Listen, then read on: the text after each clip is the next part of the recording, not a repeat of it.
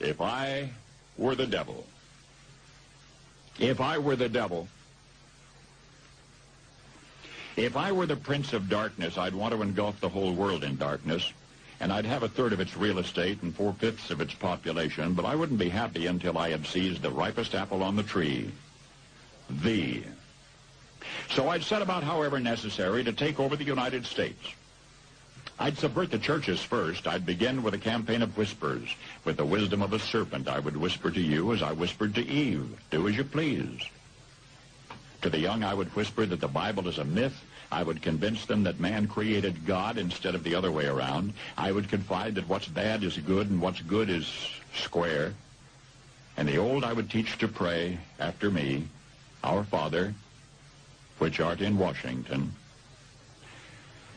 And then I'd get organized. I'd educate authors in how to make lurid literature exciting so that anything else would appear dull and uninteresting. I'd threaten TV with dirtier movies and vice versa. I'd peddle narcotics to whom I could. I'd sell alcohol to ladies and gentlemen of distinction. I'd tranquilize the rest with pills. If I were the devil, I'd soon have families at war with themselves, churches at war with themselves, and nations at war with themselves, until each in its turn was consumed. And with promises of higher ratings, I'd have mesmerizing media fanning the flames. If I were the devil, I would encourage schools to refine young intellects, but neglect to discipline emotions. Just let those run wild. Until before you knew it, you'd have to have drug-sniffing dogs and metal detectors at every schoolhouse door. Within a decade, I'd have prisons overflowing. I'd have judges promoting pornography. Soon I could evict God from the courthouse, then from the schoolhouse, and then from the houses of Congress. And in his own churches, I would substitute psychology for religion and deify science. I would lure priests and pastors into misusing boys and girls and church money. If I were the devil, I'd make the symbol of Easter an egg and the symbol of Christmas a bottle. If I were the devil, I'd take from those who have and give to those who wanted until I had killed the incentive of the ambitious. And what'll you bet? I couldn't get whole states to promote gambling as the way to get rich. I would caution against extremes in hard work, in patriotism, in moral conduct. I would convince the young that marriage is old-fashioned, that swinging is more fun, that what you see on TV is the way to be. And thus I could undress you in public, and I could lure you into bed with diseases for which there is no cure. In other words, if I were the devil, I'd just keep right on doing what he's doing. Paul Harvey. Good day. Good morning, good afternoon, good evening, everybody, and welcome to Rise of the New World Order. My name is Laurie Swan, and I'm joined tonight by our esteemed panel that was from last week as well. From Southern Truth, we have Southern Sentinel, Jamie McNicol. We have his co-host, the beautiful Cass. And we have the three lovely, I'm going to say hot Greg over here, Mr. Big Daddy, Greg Fernandez. We got Sophia and Catherine Michele from Justice for David Crowley Facebook group and YouTube channel. Welcome all to the panel. We are hoping that Eric can join us in just a little bit. He's running a little bit late along with Jeff. So welcome, everybody. Thanks. Part two. We had a really good response last week from the talk that we had. You know, this is definitely something that a lot of people know about and have heard about and are talking about still this day. I thought it was pretty interesting because one of the comments that was left underneath last week's video was from, the neighbor. I believe this is the neighbor, right? Yes, it is. Okay, so this is Judy, the neighbor. Shout out to Judy because I'm sure she's lurking somewhere underneath the rock over in that that area. But she said at the bottom here, she goes, by the way, the majority of people have never heard of David Crowley. That's really simply not true. David Crowley was very popular in very, very large communities, social media communities. Now, I can understand why fluoride drinking, chemtrail huffing, 3-jab loving, and New World Order welcoming nut jobs wouldn't know who he is. But to the rest of us in the world, we know exactly who he was. We supported him 1,000% on the, even based on a dream, based on a 3-minute and whatever second trailer that he put out. He had so many people behind him. I'm gonna say this because she had mentioned something else. She had said that I had said that he was in a mental decline at the time of this tragedy. And I know that I said several times that I believe that, because the facts show that he was making plans for his future, for his family. I just want to put that out there because she was misquoting me on that. But so we're going to take up, I'm going to pass it over to Sophia. You've got a bunch of stuff that you wanted to start with tonight. Why don't we start there? Oh, okay. What did you want me to pull up? Can we wait on that for a little bit? Sure, no problem. No Okay, problem. thank you. Okay, so last week we stopped. You're teasing us. I know. No, not really. Last week we let off with talking and discussing the crime scene photos, and we had discussed the fact that a lot of things. There was a lot of things that were discrepancies as far as with the investigation. Do one of either Catherine, Sophia, or Greg want to pick up and let us know what were some of the discrepancies that you guys? Because let's face it, you guys you've done this every day for how long now? Well, for me, it's been 5 years, over 5 years. So Greg from the beginning. Okay. So yeah.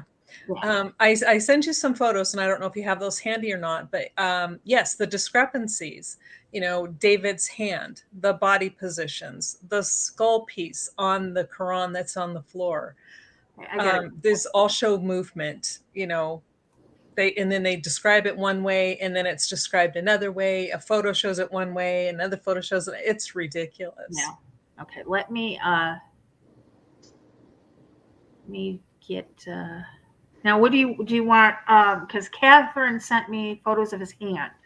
Yes, let's start with the hand. I think I have them labeled, and one is if we can do the hand, the initial hand. It's a little grainier photo and really bright. So, or you can pull up. But if you can pull up both of them at the same time, that might even help. I could pull up both at the same time. Yeah, is this the one?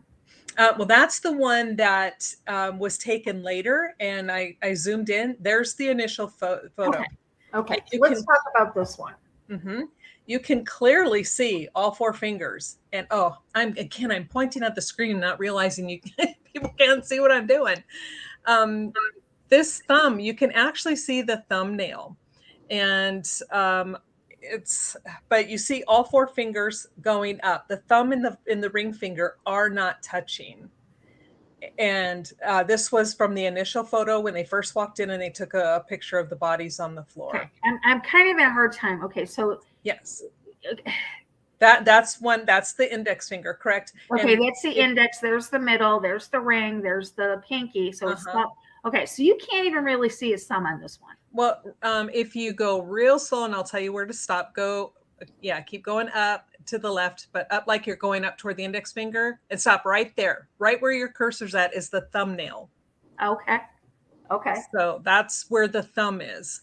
And then you see the index finger sticking up above that. Absolutely. And this picture is very clear that the index finger and the thumb are not touching. We go to the other photo, and do you see the difference? And this is what I'm talking about. So who positioned that hand right like that? The only people in the house at this time were BCA and the police officers. Yeah. And again, this is just one example. And here is, remember when I told you that whatever those marks are on the floor, if it's blood or if it's decomp fluid, whatever was used, I told you it kind of makes like the Mason compass. Yeah, I see it. Yeah. Now and when you go to the next picture, I have it outlined. Oh yeah. Yeah. So if you go back and forth, you can, and the other one is kind of where David's head was located in that one spot, and then his legs down and his arms out. So you can see it's not those marks are not where his body was located. No, So not it at doesn't all. make sense. Yeah, I can see it. There it is, Yes. right there, and then the upper Yep. piece goes like that. Yeah, I see it. Yeah. Yep. And those were the two things I really wanted to show you, so people could see for themselves. This is why, well, one of the reasons why I fight so hard for this case, because these are just a few of the examples of what was done wrong, or I don't even know wrong, or why were they manipulating this scene? What was the purpose of moving the finger into this position and then taking photos? Who does that? Right. Yeah, exactly. An inexperienced operator, an inexperienced tech, or somebody who's deliberately trying to malign the scene and disturb the evidence. One of the two. Yeah, and that's what it looks like. And then they wonder why we don't believe them. And it's like, hello, what you are sending us is telling us what you were doing at that scene, and then you wonder why we're questioning you. Well, and we questioned this last week, guys. We had said, because, and I had drawn, and I still, okay, so 7 days have gone by. I said at the end of last week's show that this is the first time I've been left with more questions and answers at the end of an interview, at the end of a show. I still maintain that. But I also maintain what I said, the fact of that police officers are Freemasons. And if this was motivated by the powers that be that didn't want him to do this, then that could be the reason for the discrepancies. Because it really seems, now, one of you guys gave me, you had compared this investigation with other investigations. And that was probably Sophia. Okay. Yeah, I think it was. Sophia, you had sent me something where you had compared the Crowley investigation with other homicide investigations in the area. Yes, I did. And you had come up with, that these other homicide investigations were impeccable compared to this one, right? Yeah, it had the same team on there, and almost the exact same team. And everything pretty much lined up. It was really interesting to read, because as you're reading through the report and everything, you get an idea of what happened. And then you look through the photos, and everything that they mentioned lines up with the photos. And which is very unlike the Crowley case. Right. And so that was, it's just, I'll have to send you that information, because it's quite eye-opening. Okay. And yeah, so, because it's interesting that why this is something that affects all of their it affects everybody in that town, in that area. And the fact that, they have pretty much dropped the ball on this repeatedly in that area, it says a lot. I mean, to me, it does anyways. mm-hmm. It does. And for that one, I was just surprised that there's such a difference between that case and then the Crowley case.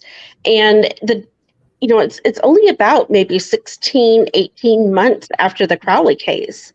Right. And the way that it was written up was I don't know, it was like they used a different form and everything, but they still had all the different supplementals, and so things, didn't change that much. Now, the only difference was that it was a, I'm sorry, the only difference was that the BCA did not come to this case. It was just the Apple Valley PD, and they didn't take samples or anything like that. So they didn't have autopsies available, and they didn't have any DNA samples. Wow. And that's basically it. I have a question. Yes. How would the finger be moved? Because we had talked about this, and I already know the answer to it. We had talked about this last week when I had brought up the fact about rigor mortis.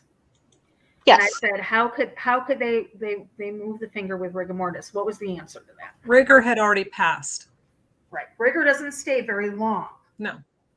Jamie, can you take over for a minute? Yeah, rigor only stays for a short amount of time. And then after that. Yeah, depending on the temperature, it can last anywhere from 8 to 12 hours or a little bit longer. But with the temperature in the house being 68 degrees, that's pretty much the normal temperature in which a lot of these, I don't know if you want to call them tests, when they figure out all this stuff. So the rigor would have lasted roughly around 12 hours after it had full on. And then at 12-hour mark, it would probably 8 to 12 hours, it would begin then to subside and be completed.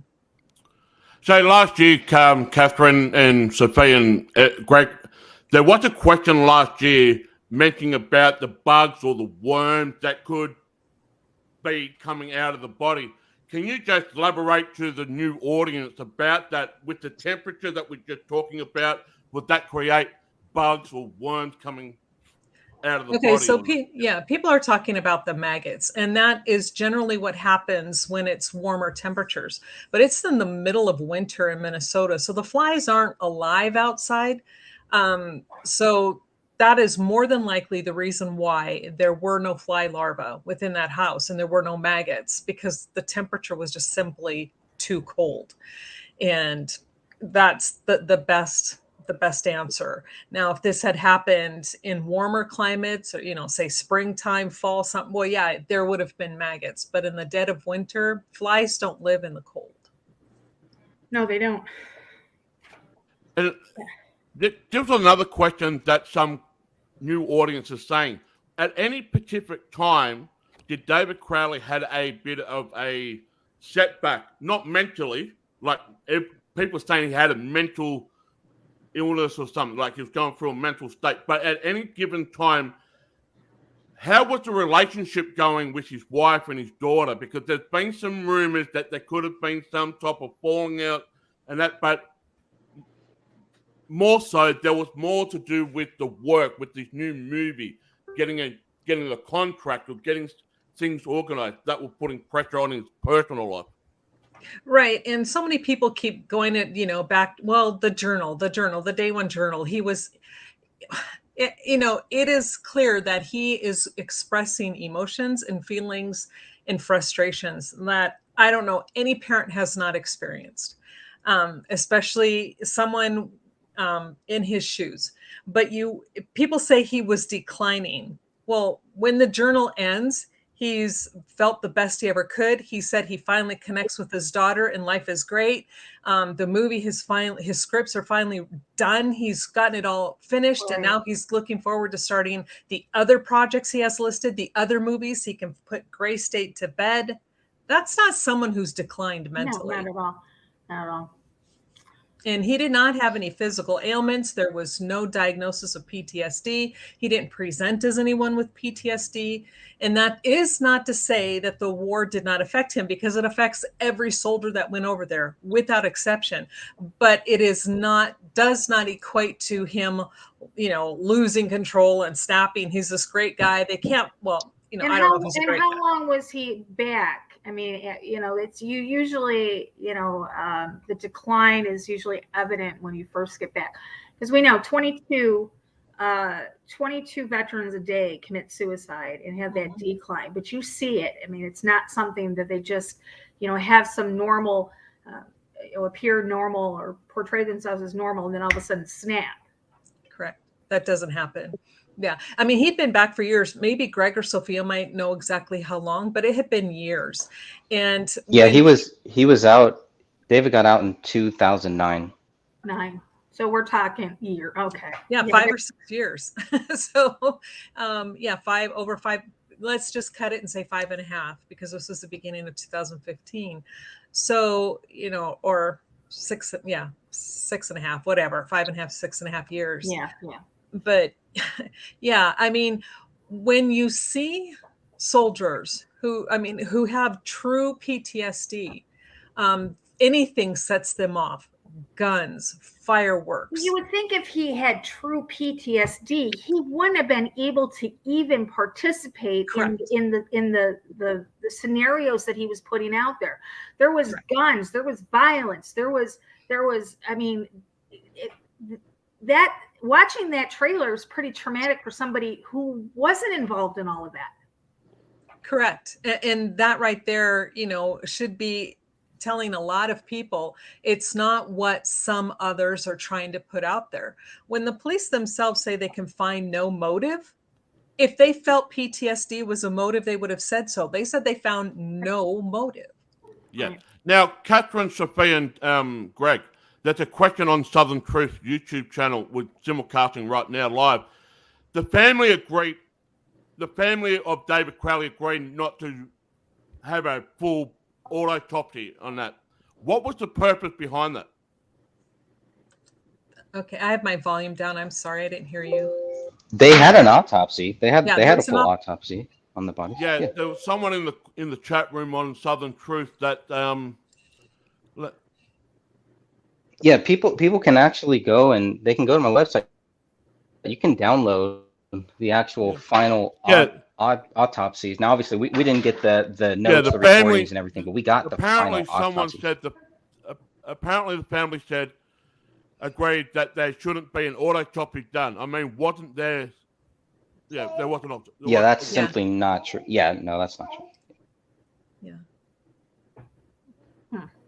There wasn't autopsy. Yeah, so just to clarify, Jamie, yes, they were done on all 3 people. Yeah, there was. Yeah, we got that. Someone just asking a question. Yeah. These are all great questions too. I mean, these are all of the things that we need to be asking. The thing is, a lot of these questions that I'm still hearing 7 years later from people, or people are keep bringing up, are some of the same things that they've been saying since the very, very start. Oh, David was crazy. David snapped. He didn't have money. He would, the whole deal was dead. His wife was actually leaving him. He didn't love his daughter. We heard all of this stuff very, very early on. And as you can see, as we get more data, and the more data that we've gotten about this case, it clearly shows that stuff is not true. So what are they basing it on? Now, they can base it on feelings, but it's not based on facts. We're looking at the actual facts here. So when I started this, and I know when everybody starts this, you need to start with that. Okay, this is what they say about David. They say David is guilty. Within 24 hours, they are already telling you the public is not in any danger. David is guilty. And everything they do from that point on is to try to prove David Crowley guilty. So 1 year later, we were hoping that they would be able to prove David Crowley guilty. 1 year later, or actually 8 months later, they were unable to. And 7 years later, they have been unable to.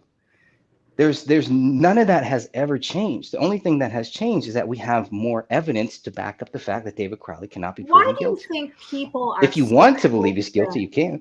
Right. Why do you think people are so hell bent on believing he's guilty? I think it's different for every person. I think every person is different, right? So there are some people that really probably honestly think that. And I think that there are some people that actually know better. The problem with that is looking at the evidence, if you really truly do look at the evidence and you come to the same conclusions that Greg has come to, Sophia's come to, Catherine's come to, I've come to, Jamie, Dave, Eric, we've all come to the same conclusions that, if the evidence points to the fact that somebody else did this. I said last week that I didn't even think that they were killed in the house. And, so it just leads me to ask the question of,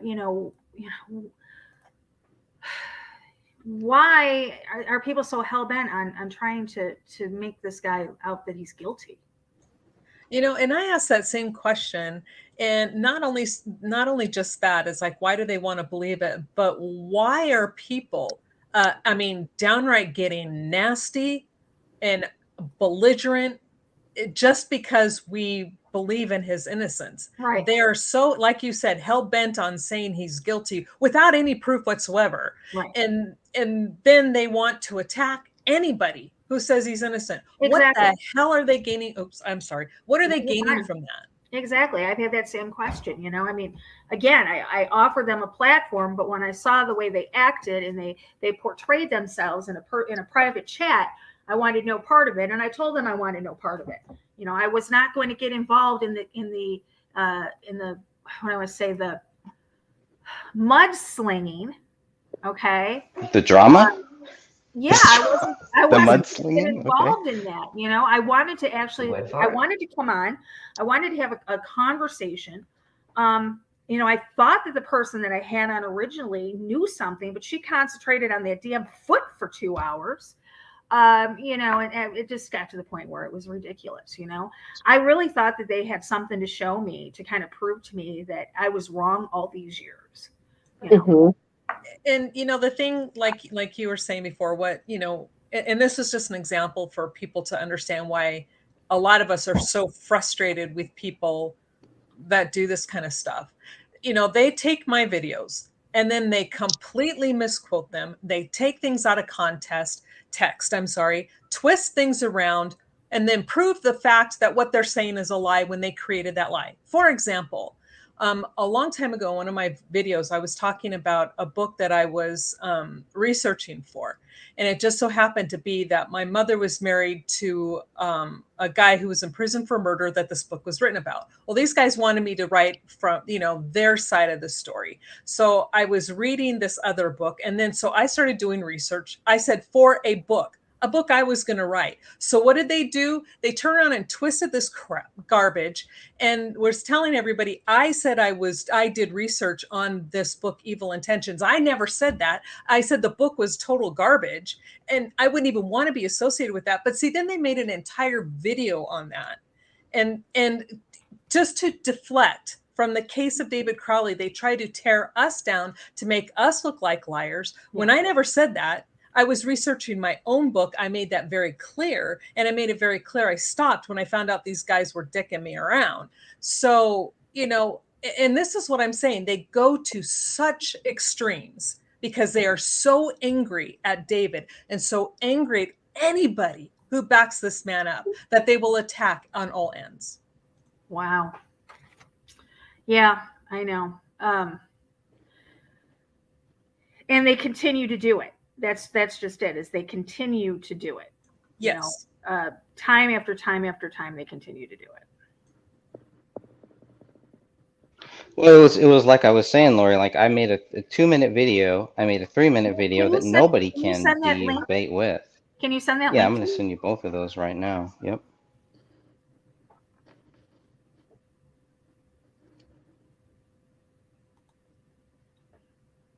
So this first one is 2.5 minutes long here. Nobody can debate this. So here's the first one. I'm sending it on Facebook right now. Yeah. So that's the first one. Because I felt like, you know what, if anybody wants to actually debate me, okay, first do this. Watch this 2.5 minute video. I'm going to send you the second one. This one is a little 3 minutes and 11 seconds. They can't debate these things. Yeah. These are some of the simple things. If you cannot debate a 2-minute, a 3-minute video, don't even waste my time. Don't waste everybody's time. And if you can't look at this video and say, you know what, okay, he's got something here. Maybe I still want to believe David Crowley is guilty. Maybe I don't like David, whatever. And that kind of seems what it's like. There's a lot of people that don't like freedom, that don't love this country, the greatest country ever. There's a lot of people that don't love our soldiers. There's a lot of people that have mental issues. These seem to be some of the people that have gravitated towards this. Exactly. All right, let's play this. Murder at 1051 Ramsdale Drive. What happened to David Crowley, his wife, and his daughter? If this was truly a double murder-suicide, why did investigators fail to prove David Crowley guilty? Where is the evidence David Crowley killed his wife and daughter? Where is the evidence David Crowley killed himself? Within 24 hours of finding the bodies of David Kamel and Rania Crowley, the Apple Valley Police Department were treating the incident as a double murder-suicide. Authorities cannot prove David wrote Allahu Akbar in his wife's blood on the living room wall. Authorities cannot prove David wrote I have loved you all with all of my heart on a laptop in the kitchen. Authorities cannot prove David wrote Open the Rise most recent version, Submit to Allah Now on a notepad in his office bedroom. Authorities cannot prove the dog trapped inside the house ate David's right hand, both of Kamel's hands, and their daughter's right arm, since dog feces tests were never done. Authorities did not know about a bullet that rolled out of a living room carpet until they were notified by the cleaning company 2 days after the bodies were found. That bullet would later be tied to Rania Crowley. Authorities did not see the bullet hole in the living room ceiling or the bullet in the attic above until they questioned David's friend a month after the bodies were found. Authorities did not find a motive to support their accusations against David Crowley. Authorities did not find David's blood on any of the bullets at the crime scene. Authorities do not know when David Kamel and Rania Crowley died. What we know for sure is that David Crowley has not been proven guilty.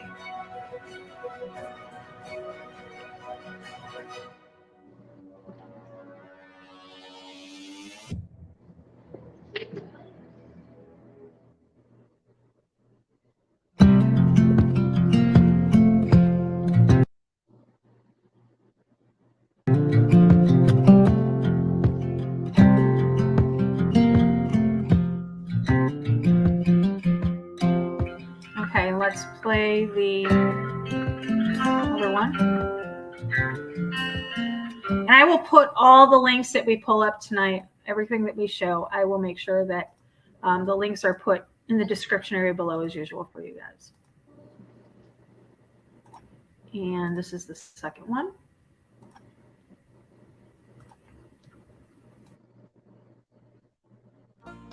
A simple truth. It really is this simple. Either you believe David Crowley is innocent or you believe he is guilty. If you believe David Crowley is guilty, you are wrong. If you believe David Crowley is innocent, you are right. It really is that simple. A United States Army veteran is dead. His wife and his 5-year-old daughter are dead. A thorough investigation would only conclude with authorities admitting they lacked evidence to support their accusations.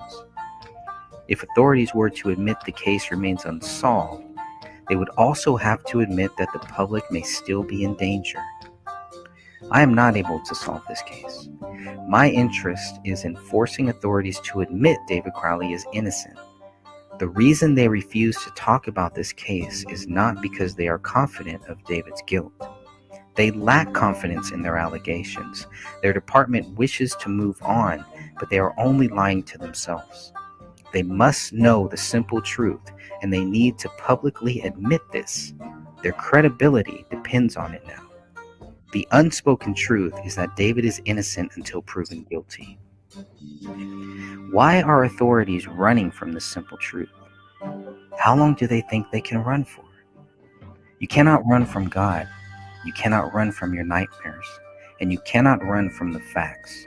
Why would anyone want to? What could possibly motivate someone to try? If you cannot prove David Crowley guilty, then he remains innocent. It's as simple as that. So the resistance we face is disgusting. If David was guilty, the evidence would be right in our faces. If David was guilty, resistance to our questions would not exist. If David was guilty, facts would be evident. There are no facts to prove David guilty. There are only facts which prove David innocent. Hence the resistance to getting justice for David Crowley and family. Who cares? Do the people who closed this case and decided to not speak about it ever again really care? Do the friends who accused David Crowley of being guilty days after his body was found really care? Perhaps they only care about spreading the accusations of David's guilt instead of researching the facts of this case. They don't seem to care about the facts which prove David innocent. Truth is a simple thing. Justice does not die. Facts prove David is innocent. You raised some very, very interesting very interesting facts in that, Greg, because the facts and the evidence, if you really when you look at facts and you look at evidence, you need to look at it in an unbiased nature, because you can twist it and you can find things that aren't really there if you look at something long enough and hard enough. The fact remains that there's nothing to prove that David Crowley is guilty. Right. Now, Catherine, Sophia, and Greg, may I bring up this thing to the panel? Last year we did a show together, and can we talk about the fake police document, or is that just too far out there? Because there was a show that we did. No, talk about it, please. Yeah, about the fake police document. Yes, we can definitely talk about it. Yeah, let's give a little. That was bit where of Jamie stirred up. Yeah, let's Jamie give a little stirred bit up of the hornet's backstory nest. to that. Yeah. What is the backstory to the fake police document? The backstory is that there was a some type of a report from the ECU, which is the Electronics Crime Unit, or it was supposed to be from the ECU. And it was blurry, hard to read. And so I sent it off to Apple Valley PD and asked if they could verify this and if I could have an actual copy from them. And they sent me back an affidavit from the head of the ECU unit, and the person who supposedly had written that which was Detective Klokanos. And he basically stated that he never wrote that document. He had never seen it. And so the city attorney had wrote us a letter, Greg and I. Well, it was one letter, but she sent it to both Greg and I. And yes, Star, blurry because it is hard to, because it was fake. It was really blurry. It was a super blurry document compared to the real document, which we did a side-by-side comparison, but go ahead. In this document, several red flags were raised because it said that it gave an order of death, which the police had never done in their reports. And why would the ECU have the order of death? All they did was download files and look at the computers. So that raised red flags. And then they're talking about how David did illicit drugs and stuff. And yes, the reports did mention that he might have taken mushrooms because that's what friends had said, and that they had found apparent marijuana at the crime scene, which they did find that.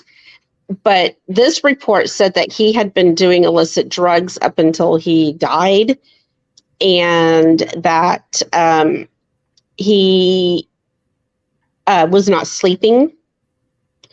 And I don't see that in any other reports. stating for a fact that he was not sleeping.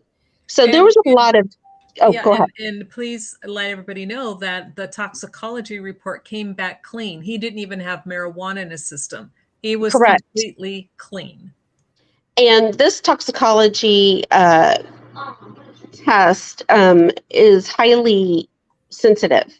They ran it, and it's mentioned in his autopsy report. It picks up 10 different types of street drugs, and it came back as him not having drugs in his system. And for Camille, it came back with her only having a type of ibuprofen in there for arthritis. And that was it. So, yeah, it raised a lot of red flags, and that's why I sent it off.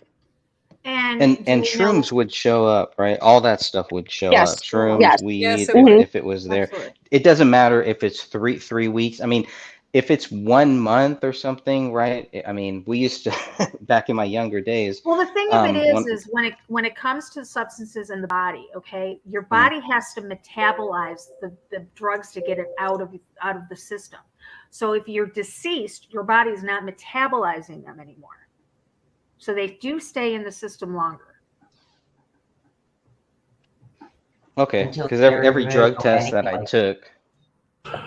Okay. Yeah, Cass would know that one. Marijuana stays in your system for 20. Marijuana stays in your system for 28 days. Right, but what I'm Yeah, saying is yeah. these other drugs, like anything else that they were saying he was using heavy illegal drugs.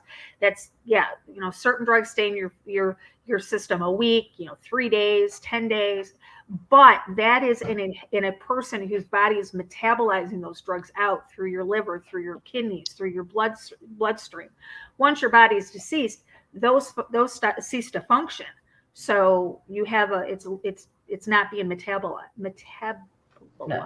And, It'll break you know, down there's- organically, but it won't exit the system because it's got no way of doing anything Exactly. other than dying Exactly. naturally. It's got So no elimination it will process. stay a lot longer. Yeah. Right. And they there will can also check- be residue. There'll be residue left in tissue as well. So exactly. Not to mention they could do a yeah. hair follicle test and get everything right there in one shot. Mm-hmm. correct. Does it stay in Exactly. here? It stays in here longer then? Oh God, yeah. Yes, yeah. it'll stay in your Yeah, hair yeah. for months. Yeah. Years. It stays in your hair for years sometimes. Yeah. Yeah. It usually Hairs will until actually fall out.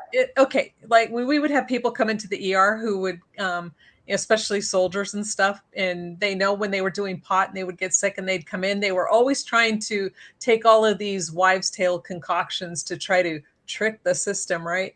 But even our little tests in the ER, we could still, no matter what they took, no matter what they did, we could still find the marijuana in their system. And the tests that these labs use in their toxicology, when they do the toxicology tests, are way more powerful and more potent, and they can pick up anything. And they found nothing.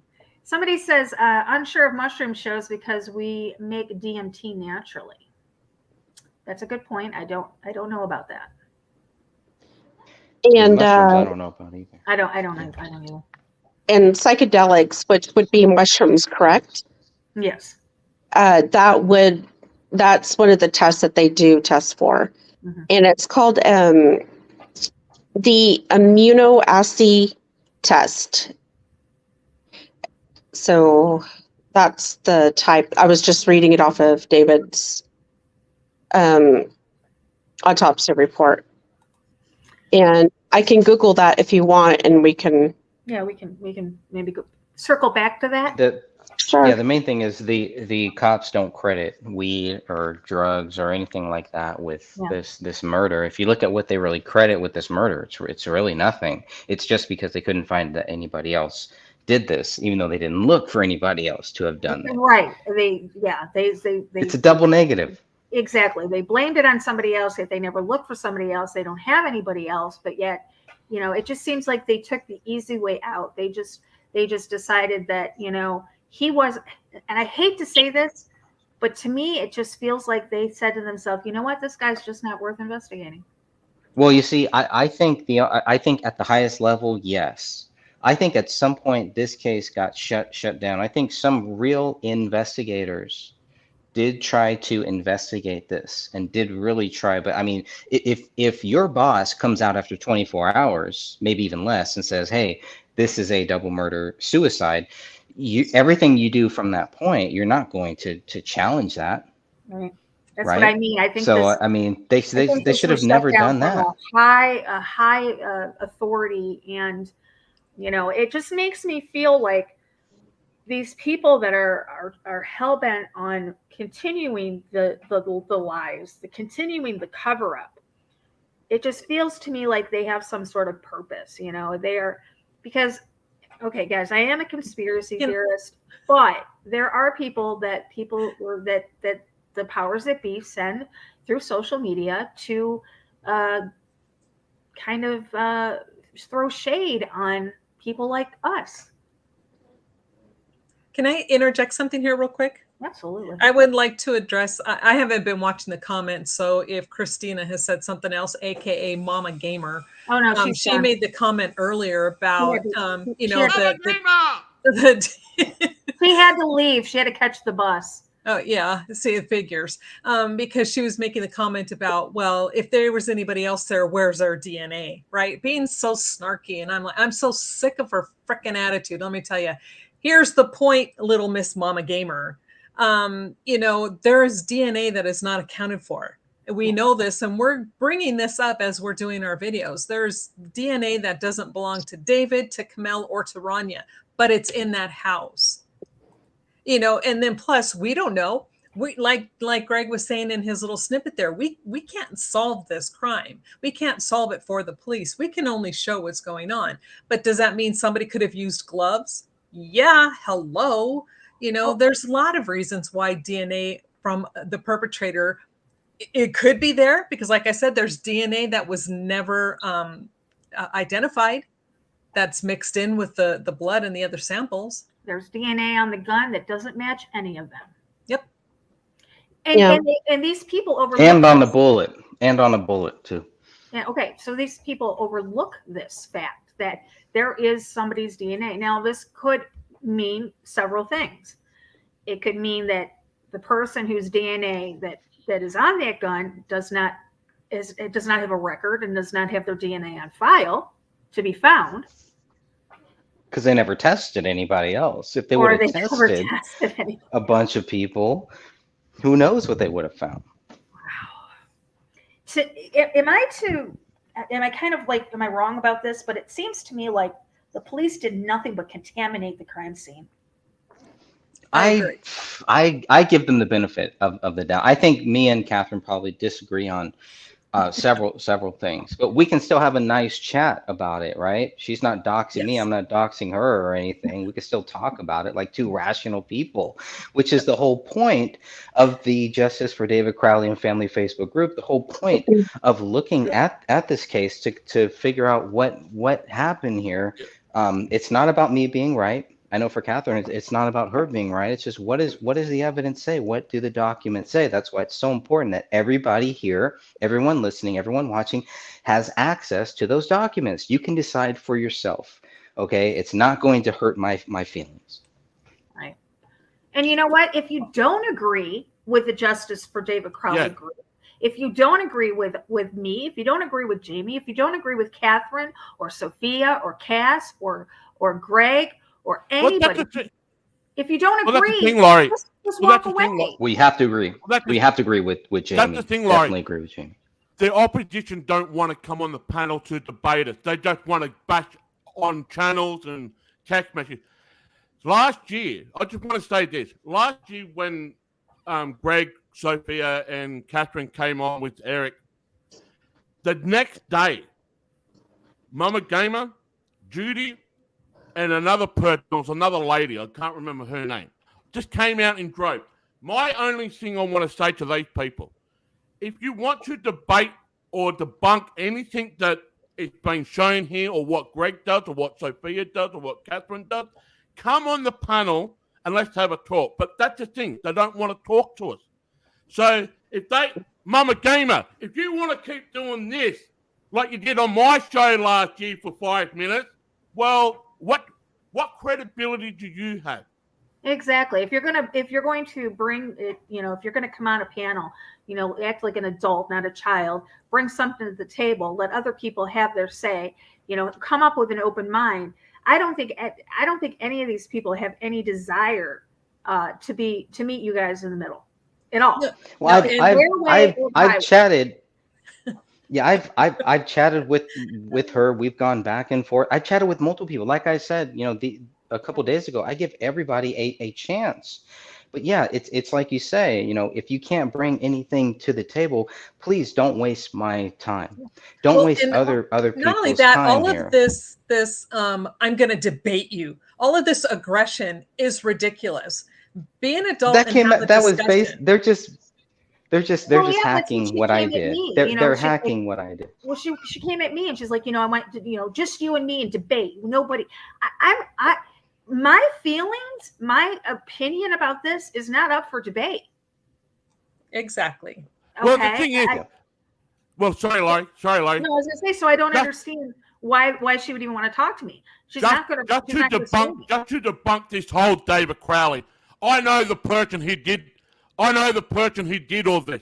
Sorry, Greg. It was Phil Collins that did this, all right? That's it, Jamie. That's it, Jamie. I'm calling the police right now. I'm calling the police. Paul Hogan. Here's the thing is Judy and Mel Gibson. Judy wants to sit there and say that she knows everything about this case, that she is up on it. She didn't even know the guy's address. Okay. She says that DNA on item 57, which was the bullet found in the attic a month later, had blood on it. It says in the documents numerous times, no blood. However, they did take a sample of that bullet and they titled it 57-1. When they ran that sample, they found David's DNA. There was DNA on it. We can't explain what type of DNA it is, but we do know it's not blood because they stated it several times throughout the reports. But as a fact. Yeah, as a fact. And she says actual fact on her post. And it's not Isn't that actual what fact. liars do? Isn't that what liars do? They have to go around telling you that lies are facts instead of saying, you know what, this is the way that I read it. Well, maybe you read it wrong. And it's okay to admit that you read it wrong. It's okay to be wrong. It's okay to believe David Crowley is guilty. You hated David. You want to believe David Crowley is guilty. That is freedom in this country. Exactly. That is your freedom. You can believe whatever you want to. And you're right, Star. Item 57 that which just popped up there, she said that item 57 proves David is not guilty.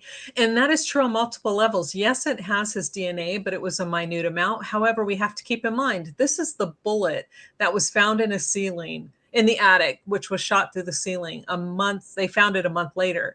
But on this, it's only a partially expanded bullet. Now, if you expect anybody to believe that it's going to go through and through one side of the skull, out the other side, and then magically turns around and ends up going into, through a ceiling, hitting a truss, and then landing in this, and it's not going to leave blood or hair anywhere else, you're sadly mistaken, and be fully expanded. So there's no blood, no hair, no tissue, and it's only partially expanded. Do you think that bullet was put there? Put there, I think somebody shot it into the ceiling. I think it was meant to deflect on the case. I think somehow, some way, somebody figured it out. Like, oops, there's a bullet missing. I had asked Greg a question the other day when we were chatting a little bit, and I said that there was 3 bullets that weren't accounted for, or something like that, or 3 bullets that one was in the attic. There was 3 of them, though, right? Well, there were two. The police left the crime scene, and they did not have 2 bullets, and those 2 bullets would be the bullets that were tied to Rania and tied to David. Okay. But here's the thing with Rania's bullet, the one that was tied to her, item number 53. Now that's the one that, as the cleaning crew was rolling up the rug, it rolled out on the floor. Now, did it pick up her DNA because it had gone through that poor little baby's body, or did it pick up her DNA because it happened to roll through that area of the rug where her body was lying? We don't know. And They don't know. They don't and say. it and there's also someone else's DNA that is not David's and is not David's wife. So there is other DNA on that bullet. Correct. And I Yeah. believe it was on the bullet number 41, I think, on one of them where it was tied to Camille, but it's a mixture of two or more, and David and Rania are excluded as being contributors. And this was two major DNA profiles. So who's that other person? Wow. Yeah. Good question. Yep.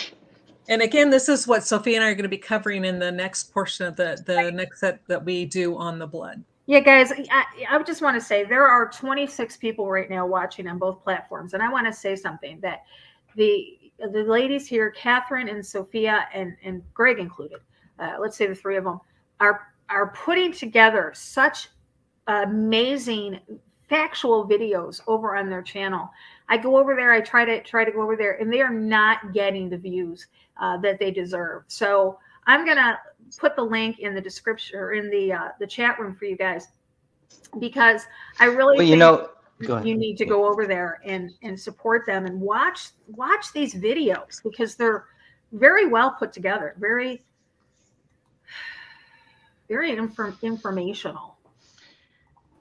It's strange that you mentioned that too, because I've actually seen videos drop. So I had a couple videos that one day, and it was to Catherine, because I took a bunch of Catherine's videos and hacked them and put them onto my channel. But there were videos there. there was a video there that had about 110 likes. I looked the next day, it had 99. I looked the day after that, it had 98. So I've actually witnessed views dropping. People need to recognize it doesn't matter. We don't care if it gets 1 view, if it gets 101 view, if it gets 1,000. It does not matter. We're beyond that point of looking at views. This is about getting the documents out there. The way that we're going to get justice is not from getting views. It is making sure that people understand that there are people out there that are going to continue to look into this slam dunk case, a very simple case that really shows David Crowley did not do this. And we're going to continue to give you those evidence, to give you those facts. That's why I wrote this book. I did not write this book for money, even though some people have claimed that I'm in this for money. I'm not in this for money. I give my book away for free. Because he gave it to me for free. Not only did you give it to me for free, but you mailed it to me, so you paid to get me the book. Well, that's like Jamie is probably the only. That's like Jeff Hayes. With Jamie's the only area where it's hard to get in. Yeah, right. I can't exactly. Jeff is. It's like with Jeff Hayes. Not only did Jeff Hayes send me a box of books, but he sent me money in an envelope to mail the books out. Oh, see, that's nice. You know, so I mean, for anybody that thinks that any of us do this for the the paycheck. Yeah, I mean, I have a job. I have a 9 to 5 job. I don't need the money. I don't do this for the Greg, money. And I don't. Go ahead. Yeah, there's one major question that I think you guys can answer this. Sure. Last year, we were talking privately. So was Sophia. So was Catherine.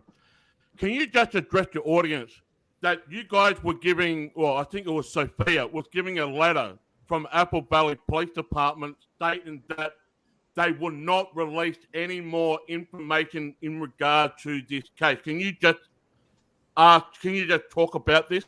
Or Sophia? Yep, yeah, Sophia. Yep. What I had done is I had sent more information to the city attorney and to Apple Valley to be verified, and I had more questions for them. The city attorney wrote to me about 6 weeks later, and this was her second letter, where she basically said that there wasn't going to be any more information given out to anybody, that they would only give out the public information and that was it. And the reason for that, and what she stated in her letter, was that somebody could easily fake more information, like they did with the police report or the fake police report. And if they were to go to court and if they found okay, let me backtrack a little bit, because within this letter, she is mentioning homicides. She's not mentioning murder, suicides at all. She's mentioning homicides. And she continues to say that if they come across those who helped with the homicides, they could be charged at any time down the line. And a good defense attorney could bring this faked document into the case and get a lot of their work debunked, basically. And that is the reason for why they did the affidavit. And to me, it implies that the case is now being reopened. I can't say for sure. It just implies it to me by her wording. And Greg is going to be putting this letter up on his website along with the first letter that we received and the affidavit. That way everybody can read them and judge for yourselves. Awesome. Yeah, I think I have them all up except for that last one. I'm sorry. I really need to get that last one up there onto my website. And I will get that. Yeah, people need to read it. Yep. I will get that website. Okay, we're going to take a break. 10:05. We'll be back in 5 minutes. If everybody can mute out, and then we'll be right back.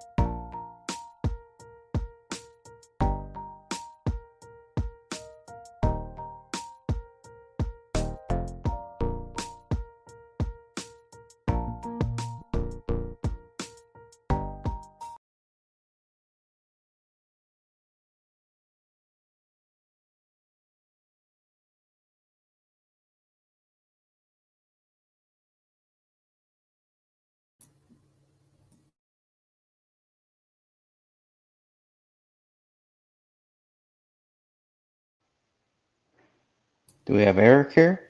Bueller? Bueller, where are you, Bueller? When Cameron was in Egypt's land. Moon River. Screw you all. Let my Cameron You know, we're go. talking and nobody's listening. So I promise.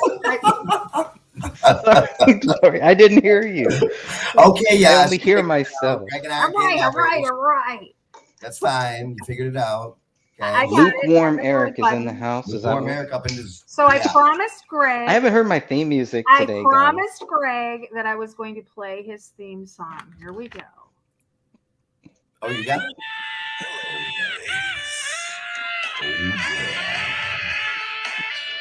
Welcome to it.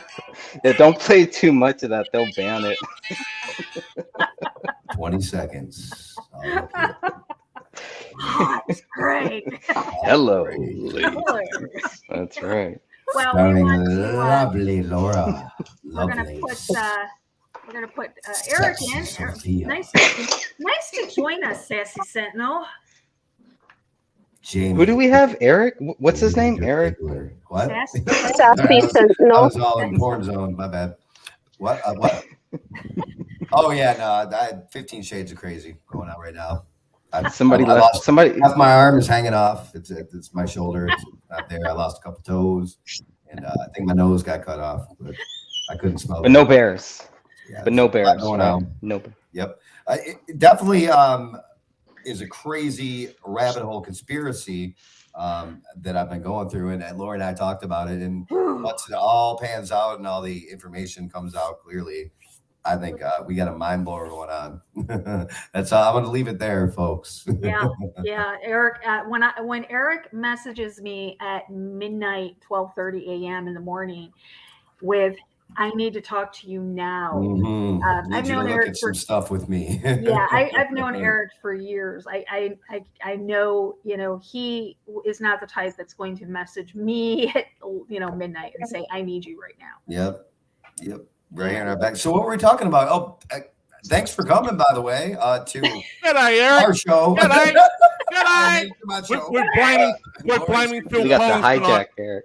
We're blaming Phil Collins tonight. Yeah, that's right. That's why having a co-host is key. Absolutely. And we're calling police on Jamie. So Actually, we're calling the leaders of his country on him. Is that who it is? We're calling Yeah. everybody. Dude, how dare you Again? blame Phil Collins for this? Phil Collins is one of the greatest artists ever. I will play you every single song right now. Okay? I have them all Don't memorized. you dare. Lyrics Don't and you everything. even think about Special it. editions. Special All right. editions. Sentinels, I will call the Prime Minister of Australia. I am Greg, the Phil Collins Sentinel right here. And that's I gonna know do that. what? I know the Prime Minister. Greg, if you play Phil There's something Collins, in the air tonight. I'm going to have Then I'm no banned? choice. Dude, I'm gonna have to. I'm Jamie gonna and have I no did choice a Phil but to Collins count- song, man. Is that the one you're talking about, or is it a different one? If We did. Greg, We did. One more night. if Greg plays Phil Collins, See, I just I'm get gonna have Jamie. no choice but to counter him with Nickelback. Oh, Oh, okay. All right. All right. We can have a little I'm wrap enough off to admit here. They make some good music, but normally you just have to. Nickelback is a no. Exactly. Look at Because this they're Nickelback, photograph. It's always been a no. I can admit it, Every but yeah. time I do it makes It's me always laugh. been a no. with There's a you. million other bands I can mention that are good too, but they have some good music. So they're before Nickelback. we went to break, Why does Nickelback get a stigma like that? By the way, It's Are they the back? Are they the back of a you just don't want to nickel? admit you Is like that what it you like is? them. It's just Look. weird. the best concert I ever went to was Nickelback in Phoenix. They Hinder, they were with Nice. Hinder, and I was in the first. We were down on the floor. The first 10 rows literally got Coke and Jack the whole show. Oh, that's a good band. How It why was the hate? amazing. So I have nothing bad to say about them. So Why So the there's no hate? nickel Oh, front. Lori, how'd they sound? awesome. Like that, I mean, that's a true test. You ever like been Oh into yeah, a I've gone band to and went and a saw live them live concert and and you're it's like, been what? horrible. Oh God. Oh Lord. Oh, look what they. So you've can never do in been the to a studios. Phil Collins concert. Every Phil Collins concert Like he sounds exactly almost better than it would be if it was mixed and mastered. Right. And then Just throwing that out there. Just throwing it out there. Well, I mean, nowadays with bands, with the technology they have, I mean, well, a lot of these top 40 artists that come out, they don't sound like that for real. They sound like that in the studio. But then they have auto with tune. the technology now, they can do it right on auto-tune, stage too. yeah. They can And then plug we that got same Milli technology in on I stage. I actually think auto tunes was based on Phil Cheating. Collins. I think Phil Collins was the source for auto tunes. If used Prove me sparingly wrong. and well, it can be used well. But a lot of these top 40 artists, singers. Oh, and they then we use have it the all Milli the time. Vanillis of the 20th century or the 21st Right. century. So, you know, Yep. you get all these little pop Just stars. blame it on up the rain. Well, you get all these little pop stars up on up on the stage, and all of a sudden, they're playing music. Ooh, it's true. Oh Lord. Whatever you do, don't put the blame on you. Blame it on the rain. Yeah. One more thought. I need one more thought. I just put my mask back on. Oh Lord. I got 2 4-liter fart machines here. No more farts. No Take more. that look You know the of Milli worry. Vanilli cast? Are you Mine's familiar with in them, right? on. Oh, absolutely. They're still Okay, my heart. I figured they were worldwide. Why didn't the Oh, yeah. original guys who sang that just come out and keep it going? Because now you never get to hear Milli Vanilli ever again. Like Probably crack. That's not a bad Well, thing. Probably it's they're it's on not a crack. band. It's You not don't- a nobody bad plays thing. it. That's not a bad It's like thing. admitting you like Nickelback right now if you play Milli Vanilli No. on the radio. Yeah, No. it's weird. Yeah. Sad. Somebody One of in the them's gone. chat room was talking Oh, about no. somebody in the chat room was talking about David's his what do I say, his Right, journal. people are like, "Oh, Spitfire's here, train wreck." Woo! Talking about Milli Vanilli now. Somebody in the chat room was talking about David's journal. We kind of touched on this last week about the journal, but can anybody put their 2 cents in on this journal? The journal was started, I think, in April sometime of 2014. Mhm. And it goes all the way to November, the early part of November of 2014. And they supposedly died in like around Christmas or right after Christmas. And he only did mention Allah once, and I think that was the very first post, I think. And it was in jest. There were also questions about when that journal actually ended, because I think in the police reports they say it ended in September, but when we got the journal, it didn't end until November. Yes, and there's some So what's going on there? There are some posts removed from the journal. As you go through, you'll see like a day and a time and like a GPS thing that pops up, and then there's like no photo, no post whatsoever, or there's just a photo and no text whatsoever. Looks like it ended on Rania's birthday. No, that wasn't her birthday. Oh, okay, because it says Rania's DOB 5 November, Yeah, that we don't understand what that is. and then because here's Sophia, okay, that's so right. that's- You're introducing even more evidence over and above the thousands of other pieces of evidence indicating that this is a big bunch of BS, correct? Yeah. Wow. Well, Sorry. yeah, if you want to keep it simple.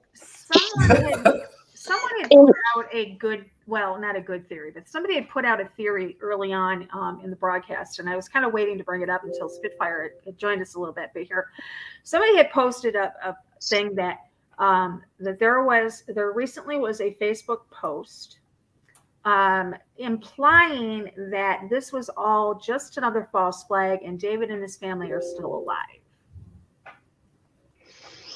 I'm still open to that possibility. Ditto. I am too. Yeah. I mean, I Open haven't. to all possibilities. Yeah, And me too. maybe I'm that- still open to the possibility that David Crowley did this. I'm still open to that not one. due to his own himself, but due to certain weapons, direct energy type weapons that the government has that can flip you. I mean, There's some crazy theories. Well, There's some crazy theories out 5%.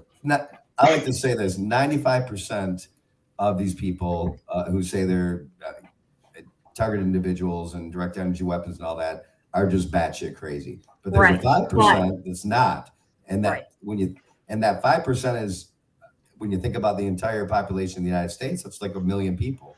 And if you look at the government documents, it states that they do indeed test these weapons on 5% of the population. Right. So that's a lot of people to discount that. But I'm glad. Are we all in agreement? I mean, a lot of these people just are batshit crazy, though. Trying to use it. Yeah, some of them are paranoid, but there are some people who sound very legit. Some of these people just muddy it too much. They're just batshit crazy. They're saying that the government's coming after me and stuff, and they're really not.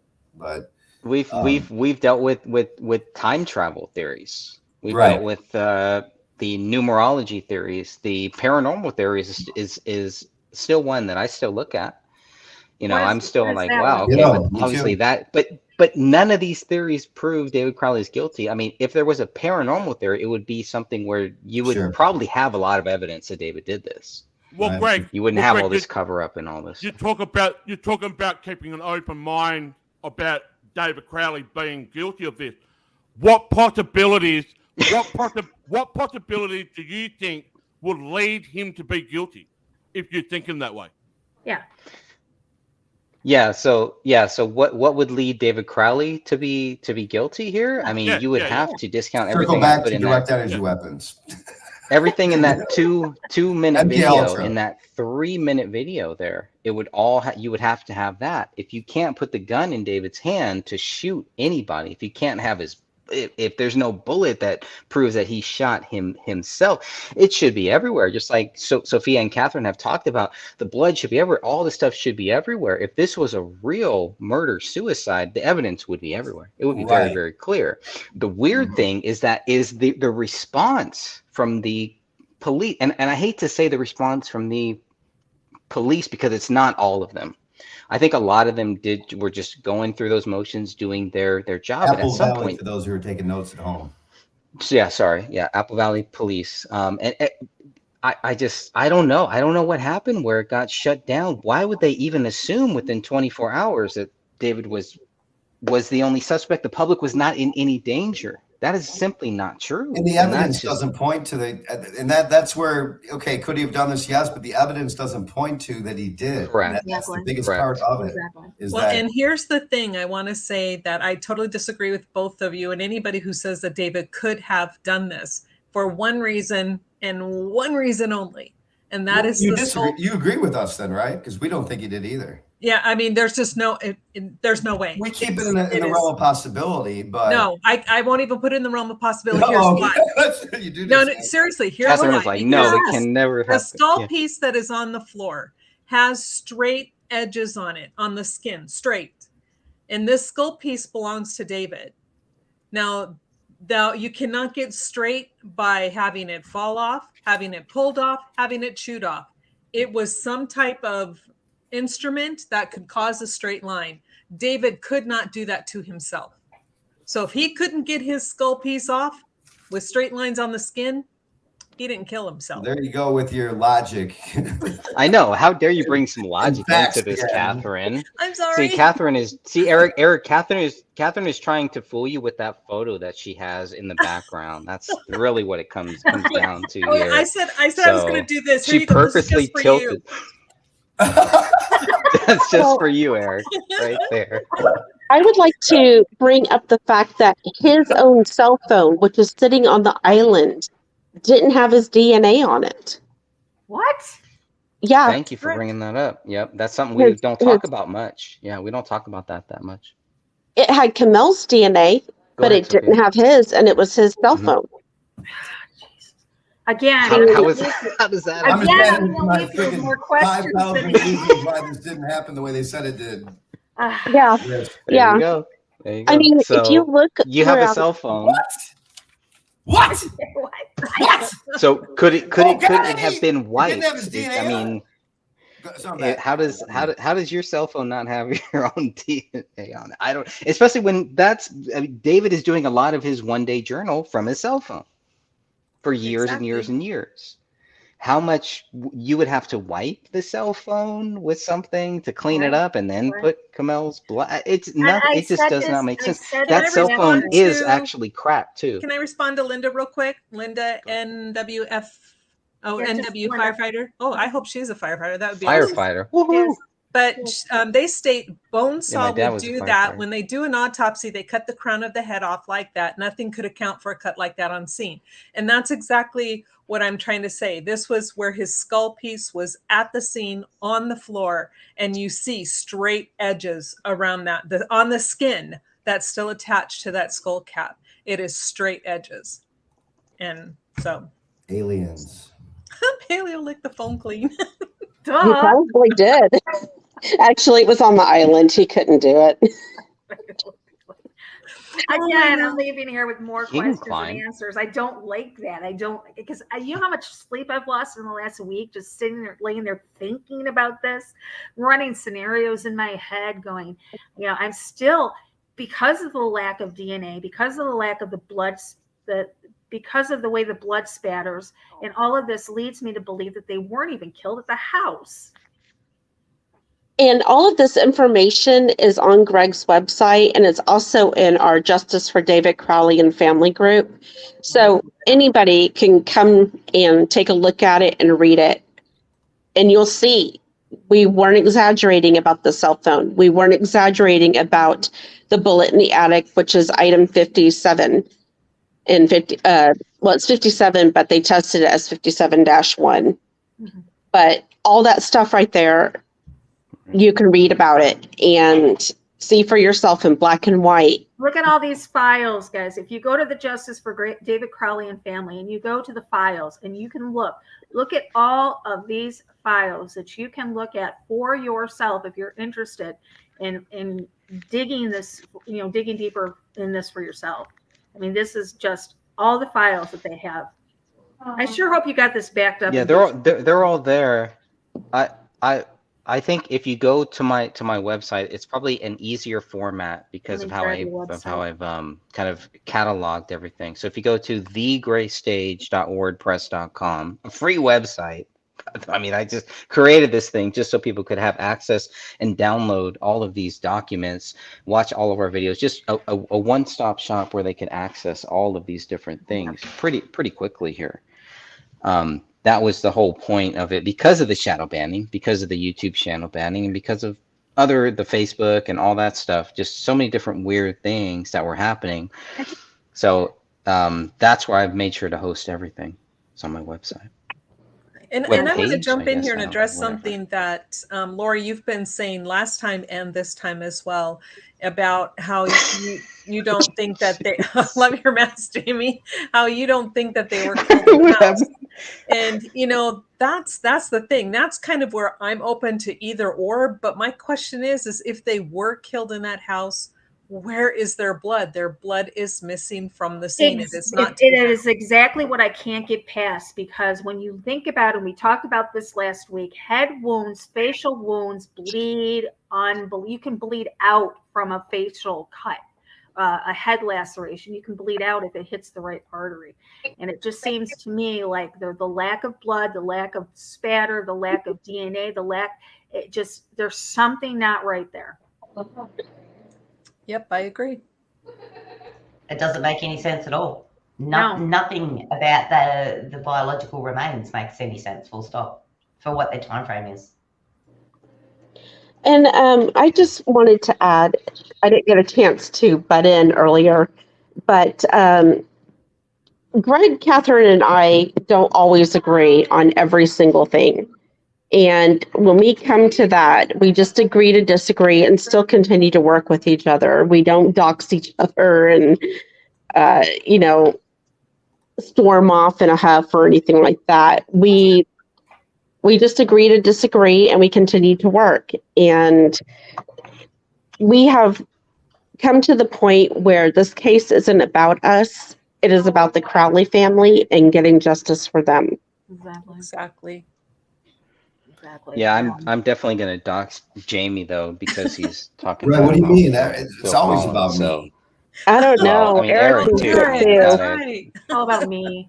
It's all about me. Don't you know? I think there was a reason why Eric showed up in the second hour. I think he was definitely planning and plotting something on us. So What you talking about, we can Willis? go with Well, There's always something going on. Eric, he had to finish up at the precinct and he had to turn it all over to the the next FBI agent that came in to replace him tonight. So Well, I mean, there's Okay. rumors out there that I'm possibly I'm autistic and have Asperger's.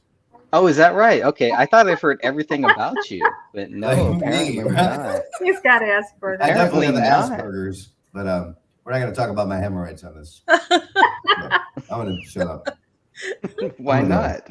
It's the second hour. That's what we're here for. I did it. I just want to say that I did it. It was me. It was me. I did it. I did it. Not All you, about Laurie. James. Me. I did it. All about James. Oh my gosh, I have tears. Woo, woo, train wreck. I do. I think inside the cave, yeah, David would be proud of us looking for the truth. David was a person who wanted to put the truth out there. That was the reason for his script. That was the purpose of the movie that he was producing and creating. He wanted the truth to get out there. Veteran. You know, you could warrior. a lot of things that David was putting out there. I understand that there was a second script that was nothing like the trailer. But the bottom line is, Laurie, what? have you read the other script? No, I still need to. I have it. Greg sent me both. Yeah, you need I'll to send it to you. Because look at, we've all seen. Should I play the trailer in case there's somebody here that hasn't seen it before? It wouldn't hurt because there's a few new people over on Southern Truth as well, I think. So I made a I'd play it, sweet definitely. remake to that trailer to a Nine Inch Nails song and worked. I think I worked a week just to get everything timed right. You have Where it? it goes from this to that, and I can't And play then it all anymore. and they 'cause banned you. I get- Yep. Oh, okay. Instant strike. Well, the Yep. reason why I was saying is if there's not, people that, you can sit there and you can say that, when we play the Secret Covenant, or when we talk about the protocols of the learned elders of Zion, you can sit there and you can say it's fake, it's not real, it's, this and that and the other thing. But the bottom line is every protocol, every aspect of the secret covenant is coming to fruition here in the Happening right world now. today. Yep. And so when I look at this trailer that David was putting out there and the truth, I actually could see why the powers that be would not want this produced. They would not want this. Because there hasn't been a movie that exposed what they did. You can point to other movies that scraped the surface, but this was straight up, boom, there's you and your honey on the couch, and we have a camera right on you. Right. I mean, he was exposing it. He even talked the best part about David Crowley was he talked about pandemics too, but I digressed. Right. So do you want me to quickly play it? Just because it's happening right now. Yeah, I'll play it. What, with the trailer? Yeah. I love the trailer. Well, Jamie I've said seen it 5 billion times. I know I've I watched have it too, 5 but Jamie billion said times. Jamie said there's people over in Southern Truth that haven't seen it. You know, Greg and I had actually. Play it. Oh yeah, Play it. for sure. Then you should play it. Okay, I'll play Greg and I it. have actually talked about. Greg, you there? Picking it up. I want to make sure. Yep, I'm here. Well, I'm here. just whether picking it up or trying to gather the funds or try to in the vein of what he was trying to do. Now, Alex Jones almost picked this movie up. He almost was an investor in it too, but something spooked him off it too. Yep, something spooked. Isn't that him. interesting, folks? I know, right? Yeah, let's play it real quick. Something handy and something so kind of probably spooked him a Right, little because bit. Alex Jones put out some pretty damn good movies back in the day. Yeah, No one can deny Endgame was a pretty good one. His Endgame. Yeah. Let's play this.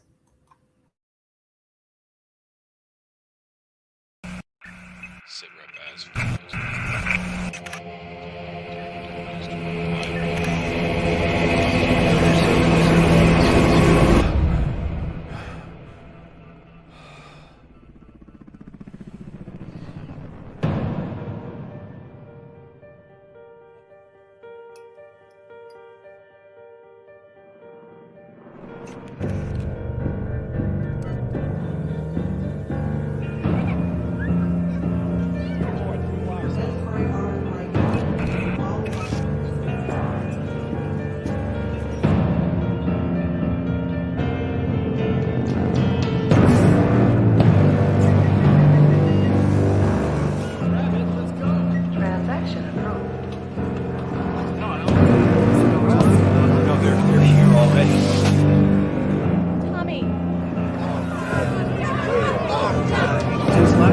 declaration of martial law. The soldiers are moving into secure key areas in all Response to UN presence in Minneapolis.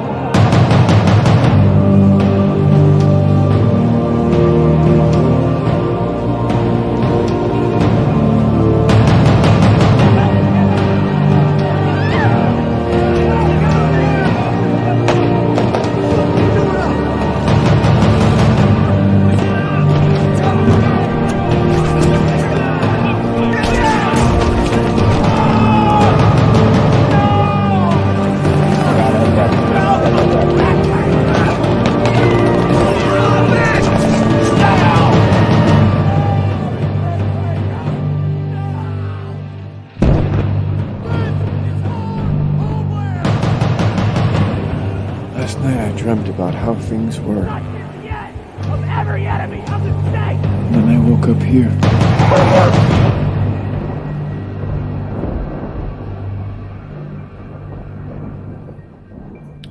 The second revolution may not be remembered. How poignant.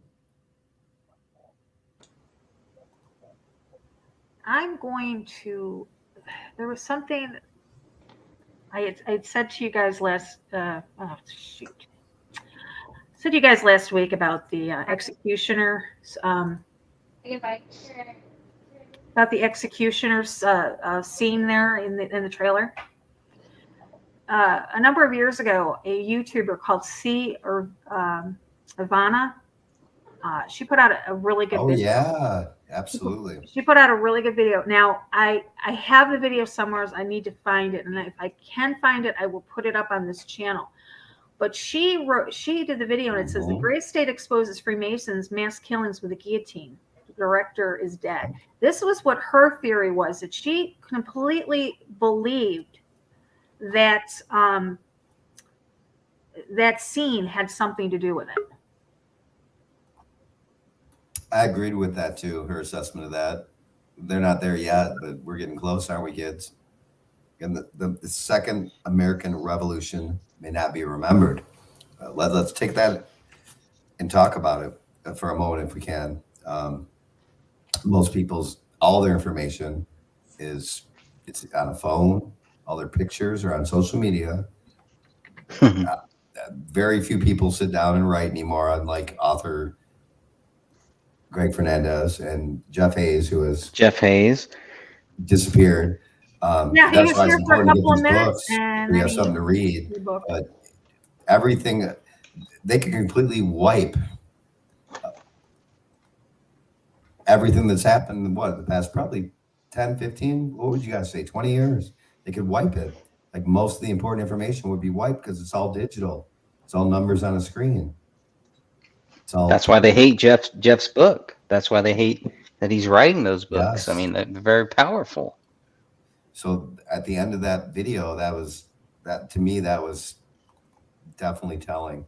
That, I mean, they could wipe generations. I don't know if you get into Tartaria or there were different lands here at different times that aren't in history, but David knew something. David was a warrior. He did, was it 3 tours in the Middle East? 2 or 3? He was stop loss too. So yeah, he did a tour in Iraq, in Afghanistan. And when you think about when he did those are like the belly of the beast. I had family, I had friends who were doing tours, and maybe some of you all did too. People that are watching this, people that are listening to this, people in our awesome chat rooms, at least 2 chat rooms that I'm seeing here. You probably had a family, you probably had a friend, somebody that knows somebody that did tours during 2004 to 2009. That was hell. And he saw something over there during his experience. He saw something and learned things, and he had the courage to come back and try to make a movie about it. Yeah, people kicking down doors and things like that. I mean, the whole thing, they try to say, well, David was just focused on this. That's not true. David did a lot of great films. David was a filmmaker. Above everything else, he was making films. He wanted to make more films. Well, in the Hollywood realm, that would make him a big threat there, because he's not Big just going threat. to a very big threat, I think. Credible, I mean, had experience himself, a good-looking guy, a well-built guy, and a warrior. Yeah. You know, I mean, right. that's. I mean, they want guys like that. They want to take out guys like that. Are we just saying that? Of course not. We presented, especially you, Greg, Sophia, Catherine, Michele, Cass, the fact that there's thousands of pieces of evidence pointing towards this man was murdered, along with his daughter, along with his wife. And it sucks. And there has not been one person that has been able to say, this is what proves David Crowley guilty. Not That's one. all we've ever Maybe asked not for. police. 7 years. Believe me, we're going to be 77 years here, and no one is going to be able to prove David Crowley is guilty. You're still going to have these idiots and these retards running around trying to say that David Crowley is guilty. Okay, well then prove it. Prove it. Make a video. Make one video. I made a 2-minute video. I made a 3-minute video. What the hell have you guys ever done to prove David Crowley did this? Come, if you want to come at me, bro, come at me like that. Make your video, instead of making videos slandering me, instead of making weird videos about me, about my fans and everything like that, make a real video that shows David Crowley is guilty. I'm going to ask you that question and let the people decide. Go ahead. I'm going to ask you the question one more time, Greg, because I ask you it all the time. Sure. Do you really believe there'll be justice for David Crowley? Yes. I believe that there already is. Yeah, but do you think it'll actually, as far as spreading awareness about what really happened, people that are awake, yes, but do you think there'll be actual justice system? Yes, because God rules justice. In the end, God decides what the justice is. All that we have to do is keep the truth going. All we have to do is make sure that everything that we know, everything that we put out there, all of this stuff does not die. They want it to die. They don't want people like us. They don't want these shows out here like this. They don't want people talking about this. Right. For whatever reason, it's a big threat to a lot of people. It makes absolutely no sense. Huh? Absolutely, I do. Yeah, I always fall back by default to 9/11. I believe there will be justice there too, and I believe John F. Kennedy, and we can go on and on and on. So I definitely. I guess what I mean. Do you want justice, or do you really think there's going to be?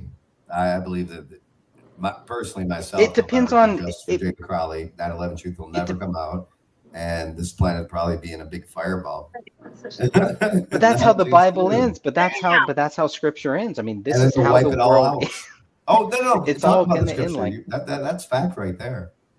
Yeah, I mean, but it's up to us to keep that flame going, to keep that truth going. Absolutely. And that's all that we can do. It's all in God's hands. Happen that 9/11 truth is actually that one day it's going to come out and people are going to go like, holy shit!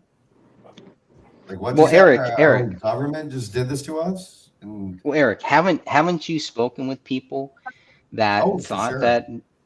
I mean, that is it. That's what it's all about for us. The problem is people are getting so dumbed down now from the jibby jabbers I mean, to me, I've watched the decline of humanity over the last 2 years. I watched it go from like it was pretty bad to not being awake to like splat on the floor. People so are they really even going to care that much? I mean, you're taking a lot of the people who were they might have been not even on the fence. And just deprogram them so hardcore. I don't know. But what I do love about Greg is I admire his veracity and that he believes it's going to happen. Truly, Laurie and myself, probably Jamie too. I could probably say that there's no winning this battle. And in Jeff Hayes' book, he talks about it. We can slow it up, we can fight it, but in the end, it's going to be hell on earth.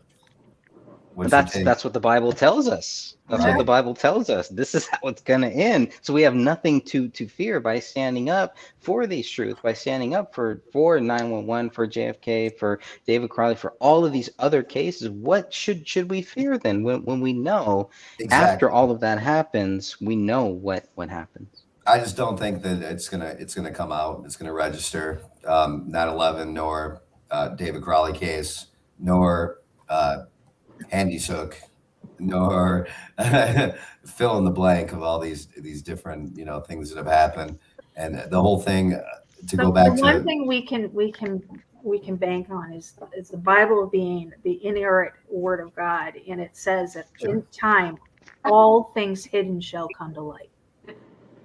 So there will come a time that there'll be justice for David and his family, whether it's in this life or the next. I just keep going back the way I started after you played that video, that this may never be remembered, what's going on here.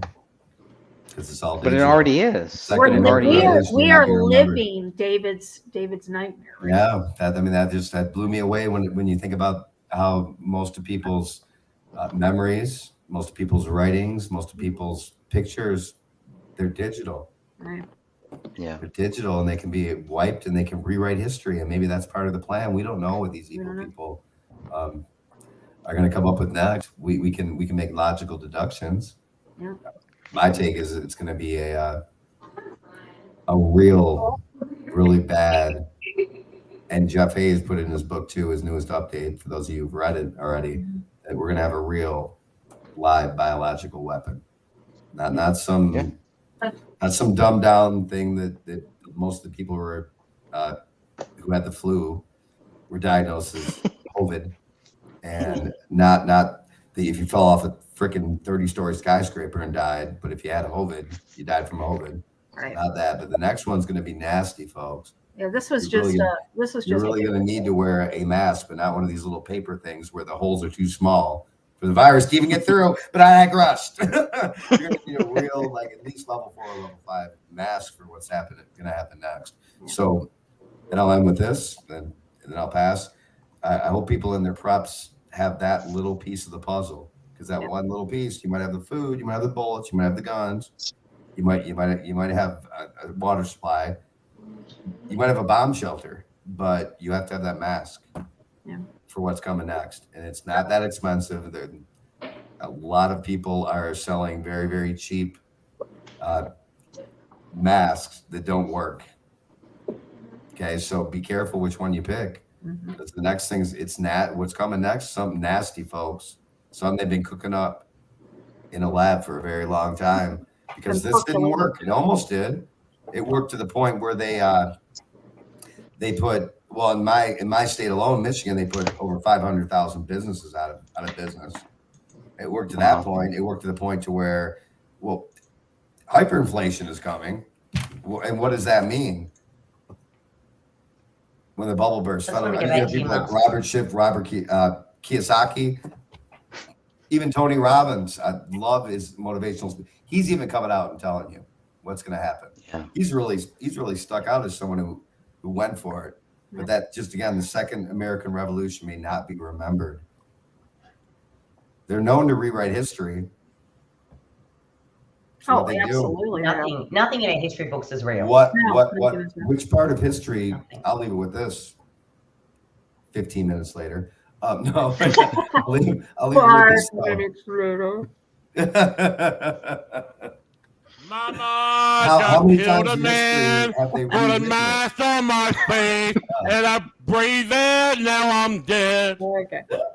How many times throughout history have they rewritten it? And let me leave it with this. How easy would it be to rewrite history at this point in time? Easier than ever, because everything is on a screen. Yeah. Well, they're doing that when they clear out the Google, they get rid of everything on the Google search engines. I did find the video that I don't think very many people seen, because C. Irvana has not been around for a few years. Would you care to watch it? I'd like to watch it. I haven't seen it. Me for sure. Okay. Yes, I've please. seen it. I think you guys will appreciate it. Yeah, it resonated with me when I first saw it, when she first put it out years ago. Are all of our stations that we're broadcasting Yeah, right now, are they all going to get strikes? We're good on mine. Yeah. We're still online. Bueller? Raven.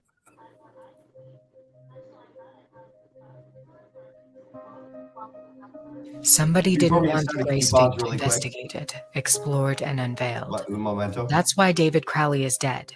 He was the writer and director of one of the most controversial movies in modern You guys history. haven't seen this? And somebody didn't want him to produce Yeah, I've it. seen this. What was so threatening about David Crowley and the gray state concept? Like Gray State, many Hollywood films have depicted apocalyptic themes and end-of-the-world scenarios. Yet the directors of these films are still alive. Roland Emmerich wasn't murdered after directing blockbusters 2012 and A Day After Tomorrow. Steven Soderbergh wasn't killed after his movie, Contagion. But David Crowley is dead, along with his wife and child. They were killed before the production could be completed. What was so dangerous about Gray State? David Crowley claimed that his movie was based on real events, not Hollywood propaganda like you see in movies such as 2012. California is going down! God, you sound like a crazy person. The governor just said we're fine now. The guy's an actor, he's reading a script! So the Gray State is essentially an artistic representation of real aspects put into a fictional format. Once you open your eyes and start looking at all these trends like RFID, like martial law, like FEMA, like executive orders, you have to act within your own capacity to sort of, talk about this. A lot of people filter that into the political realm. A lot of people do other things like grassroots style. I mean, I'm a filmmaker, Danny's an actor. So we put our heads together and we started making a project that would act within our own faculty to portray that in a creative manner. So there's a story here. I have to start telling a story. So I was looking for the next film project to work on anyway. I'm like, well, this would be perfect.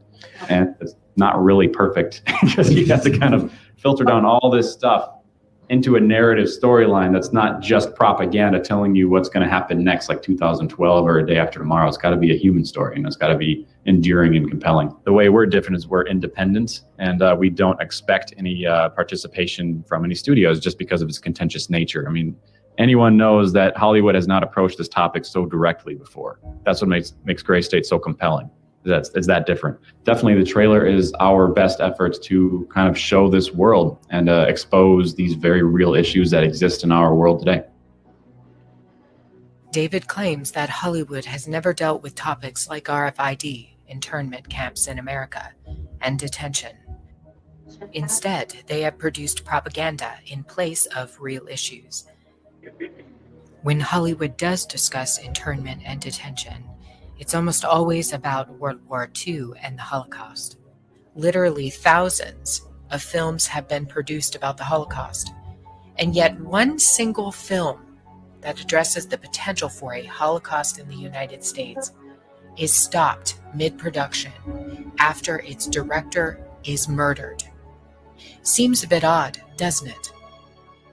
They don't want Americans, Canadians, and other Western countries to know what is coming. And that is a plan to intentionally collapse Western society. If you don't believe me, read the plan that's been in the books for over a century. Planned out by the Illuminati and penned by Albert Pike back in the 1800s in his 3 World War predictions. Gray State was simply too threatening. It revealed too much, not just the obvious points of what could happen with the collapse of a society, things like martial law, food shortages, and a provisional government. It goes beyond this. David knew a secret, and he left it inside of the trailer for Gray State, in plain sight. David Crowley used the Illuminati's favorite game against the notorious cabal. It's a game they've played with the human race for years. They provide clues about the future to toy with us. They did it with 9/11 They've done it with other major catastrophes. It's called predictive programming. On occasion, though, they get outsmarted at their own game. What was David's hidden message inside the gray state? And could it be the reason for his death? Perhaps the scariest part of Gray State's conceptual trailer is this character here, who appears to be operating a guillotine. David Crowley was very intentional in this frame of the movie. He added something that I believe he wanted the people to know about. Who is the identity of this executioner? If you look closely, you will see that this terrifying character is wearing something around his waist. It appears to look like an apron. The executioner wears a Freemason apron, complete with the all-seeing eye, the compass, and the 2 pillars. I do believe David Crowley is trying to tell us something.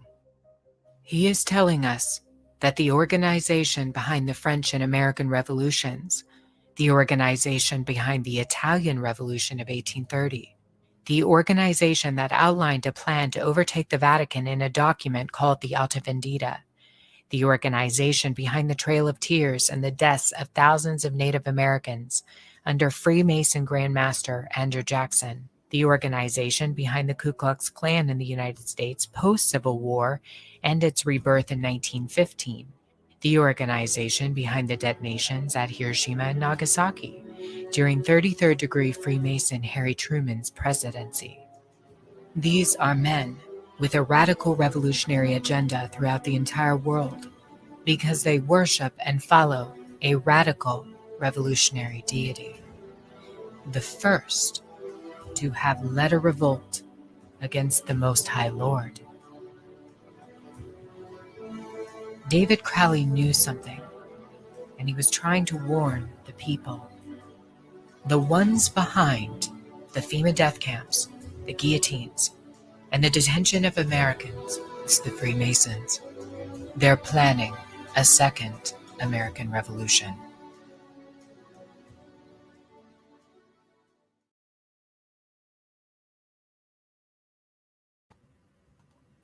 Kind of a different take. It kind of goes along with my theory last week when I said, that the police are the Freemasons, and if the powers that be wanted to put an end to this, then, they could have and covered it up. And there were people that investigated that crime scene that are part of the Freemason lodge that was there. Exactly. So we do have proof of that. Even their wives were a part of it. So. Yeah, I did a video on that. Mm-hmm.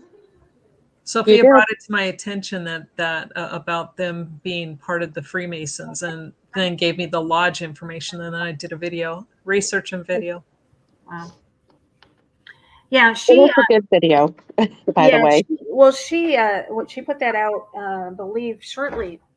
I think she put it out, I think, in early 2015, middle of 2015. And ironically, shortly after she put that video out, she disappeared and hasn't been on social media since. Oh, wow. Oh, that's okay. I was wondering if we're all going to get strikes for playing it. No, I don't think so. But 72 thumbs up. Oh my goodness. Thank you. Thank you from the bottom of my heart. Oh, wow. Wow. Pretty cool. And one of the people who was doing the interviews with David and was a part of the trailer, Danny August Mason, he joined the Masons in the middle of May. And right before he joined them, he was in Hollywood trying to sell the script. And this was after that same year after the Crowleys died in 2015. Died, quote unquote. Right. Yeah, that's fair. So, I have my own theories and just always get bashed for them. So okay, I don't think that we've heard each of your individual theories. So why don't we start with you, Sophia, and tell us your theory, and then we'll go to Catherine and then to Greg. Well, if it's not a double F, then they were killed by people who knew them very well. And I don't believe that Ronnie and David were killed in that home. I believe that they were removed and then brought back. And that the bullet was placed after the police had been there. I believe Sophia, that it was. Can I ask you a question right there? Because I mean that's plausible for sure. Mm-hmm. What would be the benefit of taking them out of the home, killing them, and bringing them back? I'm not exactly sure. It's just the lack of DNA. Yeah, the lack of the blood, the blood, and the lack of clearly DNA. The lack of the DNA and the lack of the blood. Last week when we talked about the blood on it, you said that the blood didn't even soak into the carpet. So. And I remember you talking about this before. I remember being on the show with you, Sophia, and it raised a lot of questions in my. So what would be the benefit? And but here's one of the benefits: to set the crime scene up, set everything up perfectly, and then bring the bodies back. That would be an obvious reason why it would benefit them. The downside was, if I remember correctly, do you remember we talked about this? I think on the show, didn't we, Sophia? I think we did. Yes. And it would be the getting the bodies out, having random or different cars show up. But that being said, if it goes along with what your belief may be, if it was people they knew, then it would just be people visiting. And that would go to, well, who was visiting them, at the time, what cars were they driving? But that's too much work for Apple Valley Police. Well, wouldn't there be? I mean, if you're going to visit somebody who has a child, this is just me, but I always call that person before I come over to make sure it's okay that I visit. Is it possible they were lured out of the house at some point, and that's where it happened? Because it would make more sense than coming in. And trying to pull this off. It would make sense they were out doing something. They were lured out of the house. Eric, that back door got a lot of questions on it. Who opened that back door? Door being open.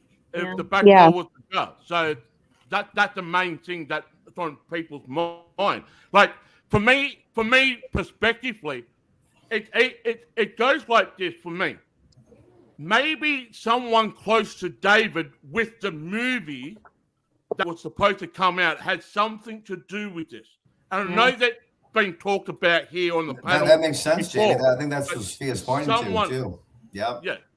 Someone that was close to David with the movie. But you would think that it wasn't done at the house, right? They were lured out. I guess what I'm asking you is, do you believe that it was done there?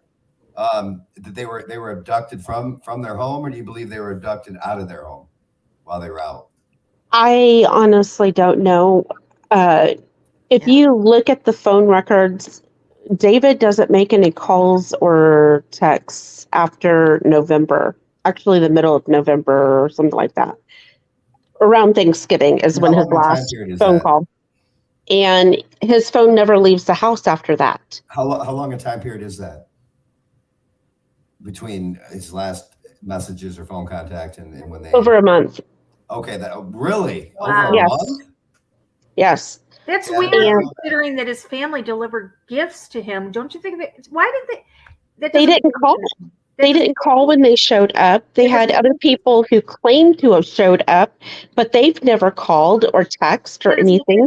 To me, they have a child. You don't just show up. Dude, this is crazy because I mean I've researched this case pretty deep too, but this is. It seems like every time we talk, or a message or a phone call for a month. Seems like every time we talk, we find out something different. Wow, I did not know that.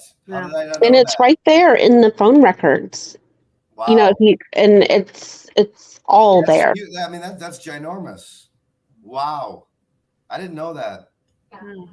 So I mean, Laurie, did you know that? No, But I said is every time we talk, I 1 learn month is a something new. long time to go without sending a message or making a call. Holy And crap. somebody had, oh gosh, Seth, I did not hack his phone. Oh my God, go away. Bye. Anyway, Take it back. there across is the an railroad. email. There's an email that went to Jason Allen, but we don't know who typed that. I mean, it's coming from David's account, but it could have been typed up already and on draft or. But there's no doubt that there was no texts or calls for a month. Yes. Nobody checked. There's calls coming in, but he doesn't ever pick up. They all go to voicemail and stuff. There are text messages that also come in, but those go, they go unanswered. I think you guys should just come on every week because I mean, that's mind blowing to me right there. Eric, I'm telling you, I Right. over the entire years that I've been doing this with you, I have never left a conversation with more questions than coming. Right. These last 2 weeks have been nothing but mind-boggling to me. When a hot Greg shows up, that's what happens. Bam, bam. Hot. Where's my theme music, Eric? Bow, chicka, bow, wow. Oh. Here, let's see if I can find Hi, it. this is Ron Jeremy. I got it. Oh my gosh. Remind me to upload that on our StreamYard so I can just play it right away instead of going for it. Hello, ladies. There you go. There you go. And Why, going through the ads and all that stuff. hello. There you go. Why, Welcome, hot hello. Greg. Welcome to Craig Hot in here. Let me After make sure it's Dark. loud enough. Greg after dark. After dark. After Rise of dark, the my New clothes Order. come off. That's what After happens. dark. Rise of the New World Order Ooh. of the clothing. Rise of the New World Order after There dark. we go. Oh, I hear it. Oh, yeah, baby. What you talking about? I'm just talking about Chef. Greg Fernandez. All right.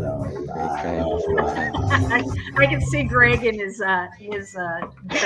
bell Am I Lincoln?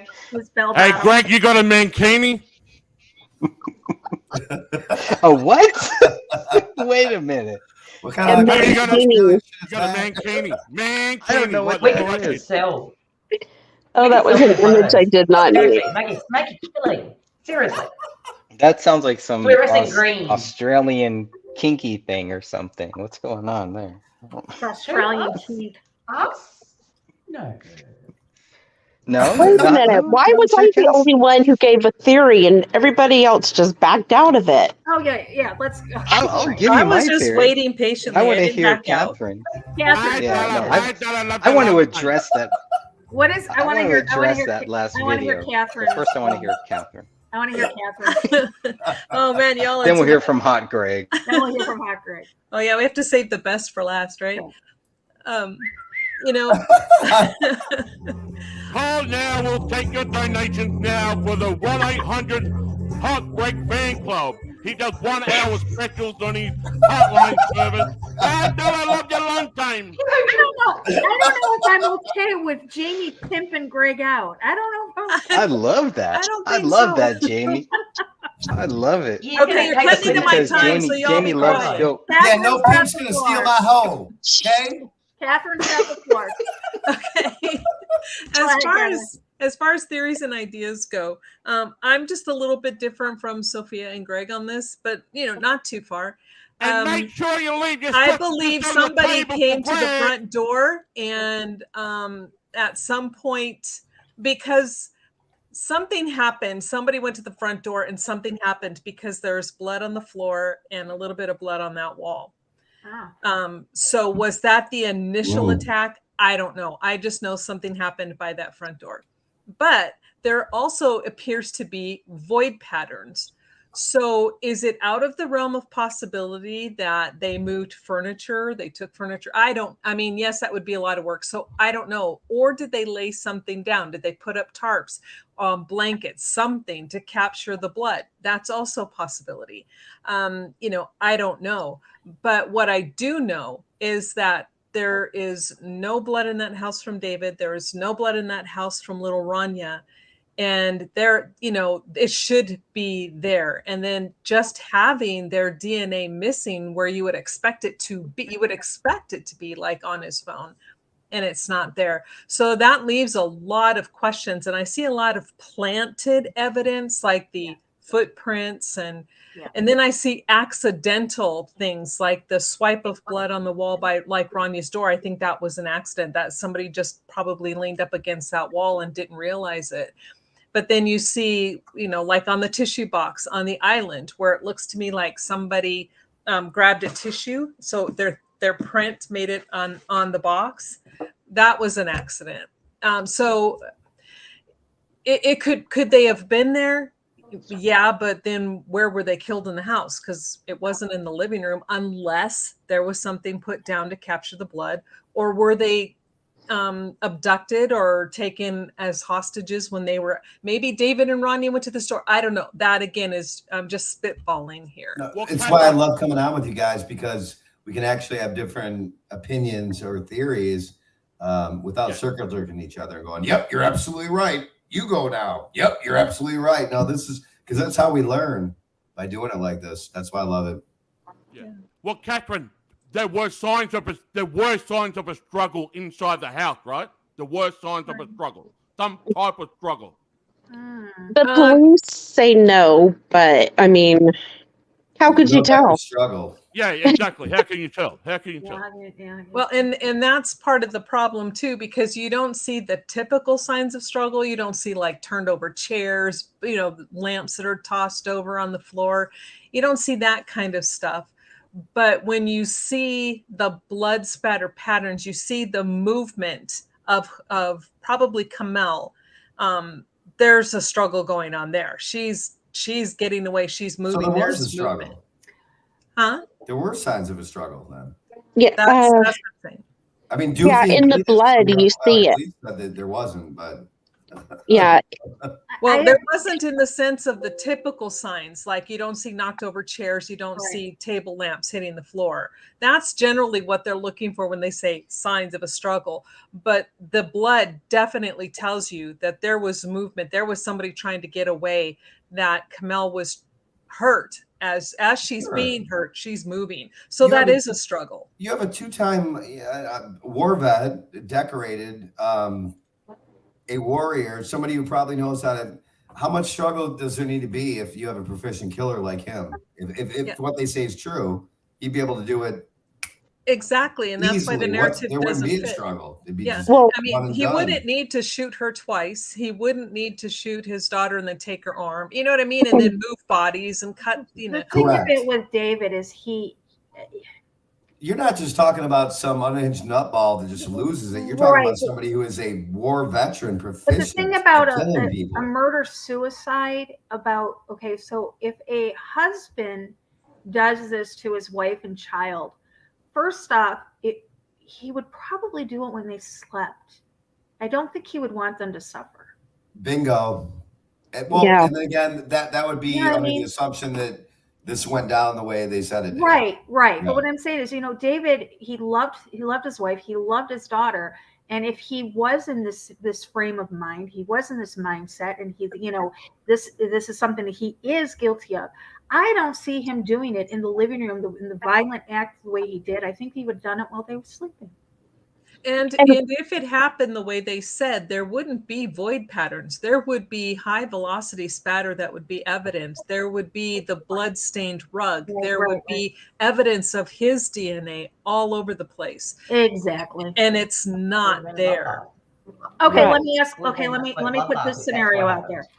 Could somebody, because David's DNA is not there, okay? Could somebody have come in there, killed the two females, and David walked in on it? But I mean, how are they going to subdue him? And again, Rania's blood is missing. Okay, never mind. All right, yeah. Again, I've got more questions. And what Sophia was saying is that that it possibly they were murdered somewhere else and brought back. That's the only thing that makes sense in my brain. that they were. I mean, we have no proof of that, but it does make sense. Again, the only reason why I say that makes sense, and I leave it as an open possibility and a strong possibility, is because of the missing blood. Right. Wow. And then we have an area where, and this is over by the recliner, where you see movement in the blood spatter. And this is medium velocity blood spatter. There is low velocity, and there's no high whatsoever, but you see movement, and there's like 5 or 6 hits. I can't remember exactly how many, but there's quite a bit. And so we can't explain it. And David's blood is on the inside of the gun, on the magazine that's in the gun. I mean, well, other things that I see missing from this picture. It wasn't that long ago. There were still, I mean, there's way more cameras now, but there was still tons of surveillance cameras everywhere. If you're a true crime person, you know this. So, where's any surveillance video of him anywhere, even above and beyond the month that he just supposedly disappeared? Of any of this, like planning the crime or there's no way you're ever going to get me to buy in that it went down the way they said. Nobody on this panel. And I'm waiting for this whole group of people who are saying that they're so adamant against people like us trying to expose the truth. I'm waiting for them to show up, and they never do they? And the clock that's on the wall that had the Allahu Akbar, I honestly believe that there was a camera wired into that clock, and that's why it wasn't removed. Do you, by chance, do you have any pictures of that? Here we go again. Hold on. Let me write down fact number 5,552. Why this didn't happen now? Hold on a minute. I have the. Said it did. Oh, where did it go? I lost my. Hold on a second. I think you sent the picture, and let me grab it. Isn't that one of the pictures you sent me? No. I'll get it and I'll send it to you. Give me 1 minute, please. Well, and the gentleman who's asking the question about could David have cut his head and then shot himself, there's no proof of that. There's no evidence of that. However, when I was talking to a friend of mine who was a deputy coroner for years, they did over 3,000 cases. They looked at that skull piece that belonged to David, and they said that it's evident of multiple blunt force trauma. So they said there were a couple of blows that could have potentially been death blows. But again, that's just a photo they're looking at. It's not like they had the skull piece in their hand. But he was definitely rendered incapable before he was actually shot. So,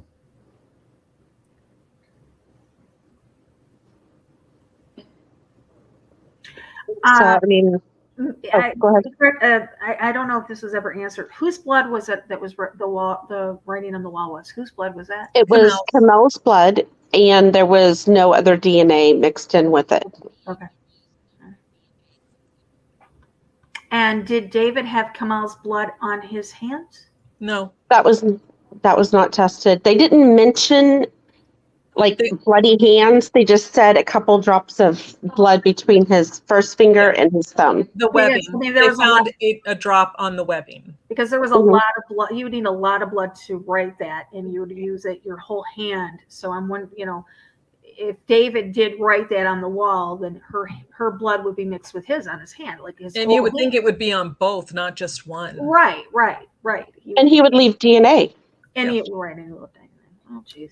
I still am going to debate with Greg about the fact that I don't think this is ever going to be. There's ever going to be justice for him. I don't think it's ever going to come out. Here's a 39-story skyscraper. It's called Building 7. It fell at free fall speed from office fires, which is impossible. But go ahead, drink your fluoride. Okay, but Eric, based on that,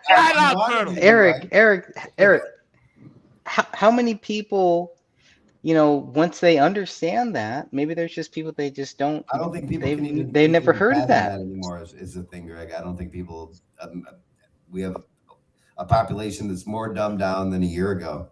But Eric, but we have, even though people are trying to kill babies, in this world.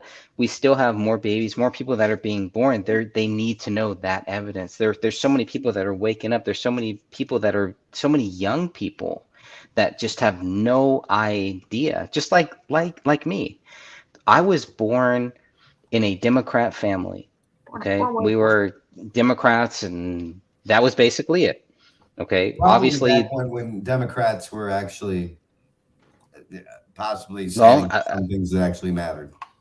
Well, I mean, I was a Clinton Back in the fan, day. so I mean, I was taught that Reagan was bad, and then Bush was bad, but then Bill Clinton was good. Obviously, my view changed after the whole war.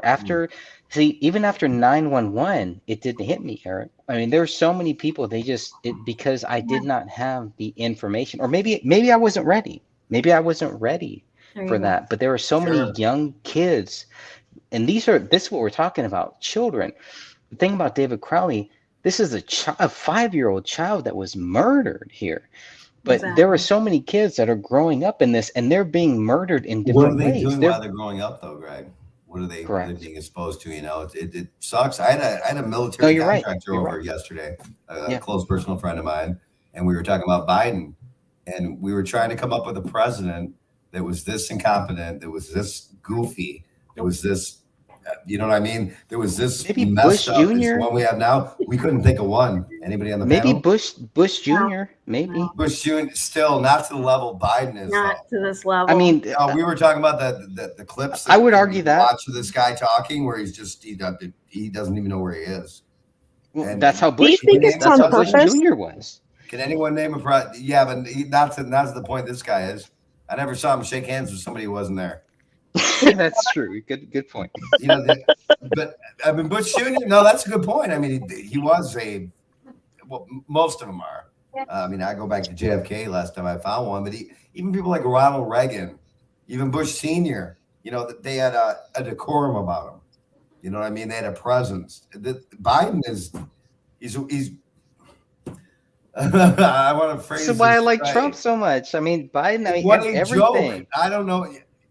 I'm a huge Trump fan. Bush Jr.? Dude, I mean, the incompetence of this guy, or how he's. I think Bush is. He's like, put Grandpa back in the home. Get him back in the home, right? I mean, that's what they want, right? But that's what they want from our presidents. That's why I always felt that Donald Trump was something different. He was not a politician. Different. He was a businessman. He's the Ric Flair of politics. Right. This is what the politics needs. They need wrestling. The wrestling business needs Ric Flair. Politics needs Donald Trump, for better or for worse. That's my view. Is there anyone on the panel who can name a president that's just messed up? As what we're seeing right now. I would say Bush Jr. I don't, Bush Jr. was, but I don't think to this. Bush Jr. never forgot. Look at what I mean. Okay. Yeah, not to this. Okay, wait. What? Hold on, because Biden never was the president under something like 9/11. Bush Jr. was. Right. Okay. So we have to start there. Okay. This is the worst president ever from my view. Everything that he did. Worse now. I'm talking about who's just a stumbling, bubbing moron. Exactly. Have you ever looked at some of those Bush Jr. quotes? This guy wants to put food on your family. I think he wants to actually put food on your family. I mean, that's a direct quote. I mean, there's so many Bush Jr. quotes that were just like, oh my God, how did this guy become president? Oh, okay, well, yeah, we all know voter fraud, right? Gore probably should have been the president. I don't know if it would have been any different under Gore, but would 9/11, like, they wanted him there, just like they wanted Biden here. They want him here. They want these presidents there. I kind of feel like, Trump was kind of a glitch. It's a glitch in the Matrix. Possibly. They wanted him there for their ties to the Bin Laden family, to the Bin Laden group that was in Texas. Well, I mean, yeah, with this whole Ukraine and Russia thing, they need Biden there because this would never happen under Trump. Nope. Absolutely not. Everything we're seeing right now would never happen. Greg? That's my view. Greg? That's my opinion. Are you, hey, cool. Yes. Okay, are you going to tell us your theory? about the Crowley Oh, case? Yes, of real course. quick, Are you real done? quick. Laurie, I was waiting. Laurie, I sent that to you in an email. Got it. Oh, there you go. You got it. Let me get my cursor out of the way here. See, it's right there, and I honestly think that there was a camera in there. Can you zoom in on that? This is as zoomed in as for clip ours at Lugo. Oh, I see. Thanks. Yes.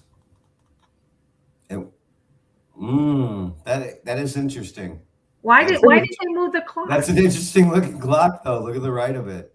What are these? Yeah. Can I say something? Because Eric, if Catherine's picture behind her triggers your OCD, doesn't this clock's position trigger it? Actually, it is triggering it right now. Okay. A little bit. Who puts a clock now that you there? pointed out a lot of it. I was looking at the clock. Who puts a clock there? It's so close. Why isn't it in the middle? Right. I don't have OCD, and this drives me crazy. Okay. And there is a camera in the garage. Was there a struggle by the books? Because who has a bookshelf that fucking looks like that? But I digress. OCD again. Right. Come on, people. I shared a clip too. It's a quick 2-minute clip just to laugh at. Again, I dare anybody to tell me we've had a president in the entire United States of America history like this. I dare you. No, there is no worse president than Biden. But I am bothered by that bookshelf. I'm bothered by that. We've had some that bookshelf tried. They tried hard, but I'm bothered by the position of the clock, and I don't have OCD. So right. Let me get the volumes right, or it won't come through well enough. Jeannie Pirro, by the way, look at her. She's almost. I think she might be 70 now. Look how gorgeous this woman is. Yeah, she's awesome. Right, She got kicked off of the View, right? Sure did. She got banned from the View. Pretty sure she's not eating babies to maintain this appearance. So no, you never know. She could be drinking Pepsi. Sure, you never do know, do you? Drinking. She could have Pepsi in her bones.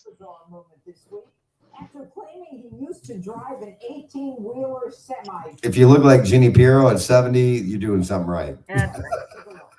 We could all look like that if we had makeup artists. Right. Don't eat babies either. Not good. Well, that's my goal. Not good for the soul. That's my wig.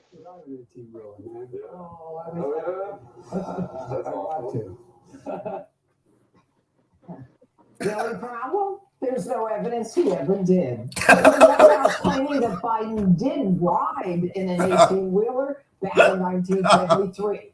But of course, it gets even worse as Biden this week confused Donald Trump and Barack Obama and couldn't quite remember the 3 reasons he ran for president in the first place. Take a look. So it's running. Welcome to Weekend of Boom. One, to restore this country a sense of decency and honor. But secondly, to rebuild the backbone of the country. If I could just roll up this right sleeve, everything be great. Middle class folks Here we go. who built this country. The president asked me to be in charge of managing that piece, then President Trump. Who did? Did he just say President Trump is a president? I have this clip ready to go specifically for you, Hot Greg. I like him already. Joining me now for reaction, Fox News contributors Ari Fly. Yeah, okay, yeah, fuck off. You guys are all controlled. And fuck off. Yeah, those are like the worst. While we're talking about Biden, we've got a federal election coming up here in Australia, not this Saturday, but next Saturday on the 21st of May. Now, check this out. Yeah. So, check this out. So, the day after the federal election, America's supposed to be voting on this WHO bullshit on the 22nd. Mm-hmm. They can't even make this up. No. I was going to throw our 2 candidates into that little discussion there, actually, because if you want Clown World, we've got a pair of them. And they're vying for the top job. Woo-hoo. Last night debate, Jesus. We got to remember that world leaders are not elected; they're selected. Okay, so who is going to win in Who's going to win in Australia? Who's going to win? Labor will win. Yeah. It's their turn. Wow. Okay, so And that's Greg, let's scary. listen to your theory, and we're going to wind it up, I guess, with that. All right, are you sure? Yeah. All right, well, here I go. Okay, so because I'm all about the money, to find out my theory, dial my Jamie hotline, sponsored by Eric Spitfire Wilkinson, 1-800-HOT-GREG. That's the only way you're going to know. Okay, I want children, make sure you get all your parents' permission before you call. Don't wait until your parents go into another room and then pick up your phone and call me. Definitely don't do that. Don't wait until they're out of the house and then call me when you're home from school because your parents get off work. No. The only way you want to know my theory, 1-800-HOT-GREG. Good Lord. God. I had asked. And you can call Cass. You can call Cass if you want more information. We gotta make sure the mix is right, though, brother. You know, when you're talking, I don't know if that mixed right live, but if I downloaded it, I can make it. That could be sweet fucking promo for you with that. But yeah, we can do that. Anytime Greg fucking talks, that should be playing in the background. That's not bad. I got you covered. I can repeat this. Oh yeah, baby. I'm all about the money. I want to make sure they can hear you with the music though too. All right. Yep. I got you. We're gonna do that. I'll send you my lyrics here. Okay. So here's what I want to do. It came through okay. Go ahead. It came through okay? All right. Because I can redo it right now. I mean, I have it written down here, obviously. Since I'm all scripted. Written down.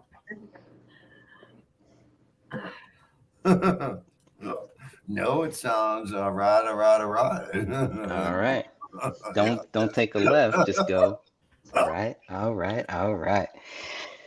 And that is 1-800-HOT-GREG. Children, get your parents' permission. 1-800. So here's what I want to say. Make sure. Sponsored by Southern Truth. A product. 21 and up only. I'm a poor little rich guy. Well, you know. Actually, if we want to do it right, we need it sponsored by Granny Fluid.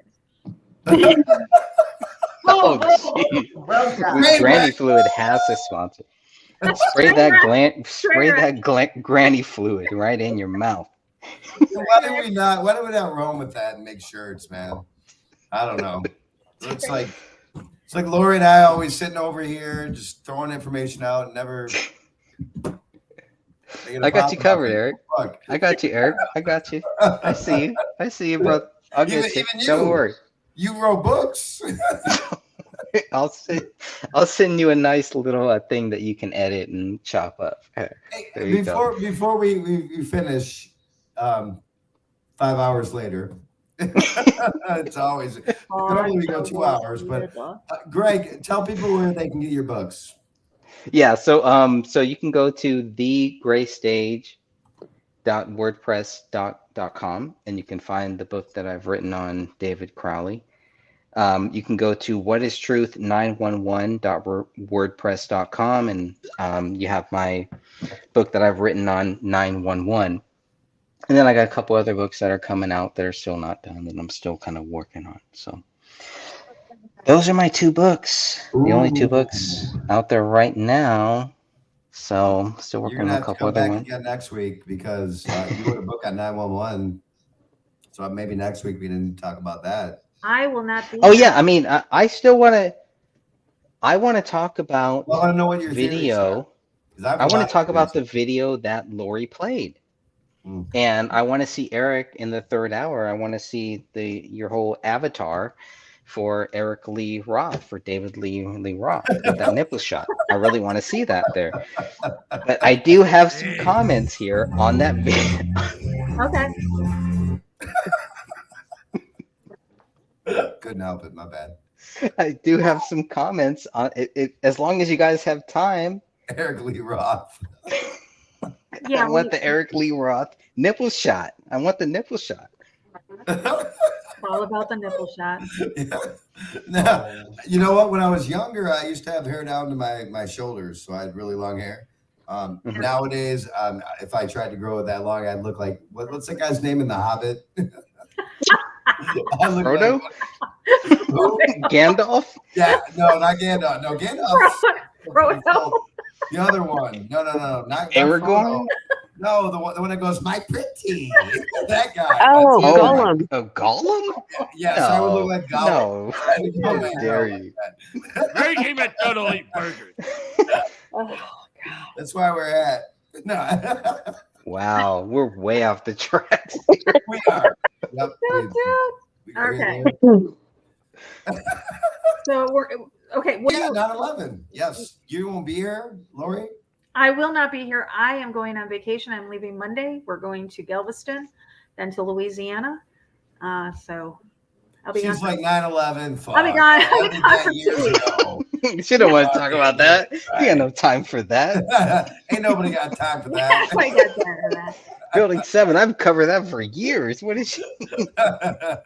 No, but I'm very interested in what you your theories and such, because that was how I got into this in the first place. Yeah. What's Okay, what's well, your comments? Yeah, I mean, the only thing that I want to say, I have really no theories on the David Crowley case. Okay, well, Okay. that was good. I would like to. Okay, bye. Okay, see you. See you next week. But I'd like to address the that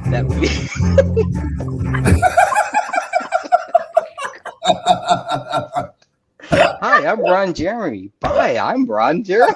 Okay, so telling me. Hi, this is Ron Jeremy. Here's my view on David Crowley. Ron Jeremy.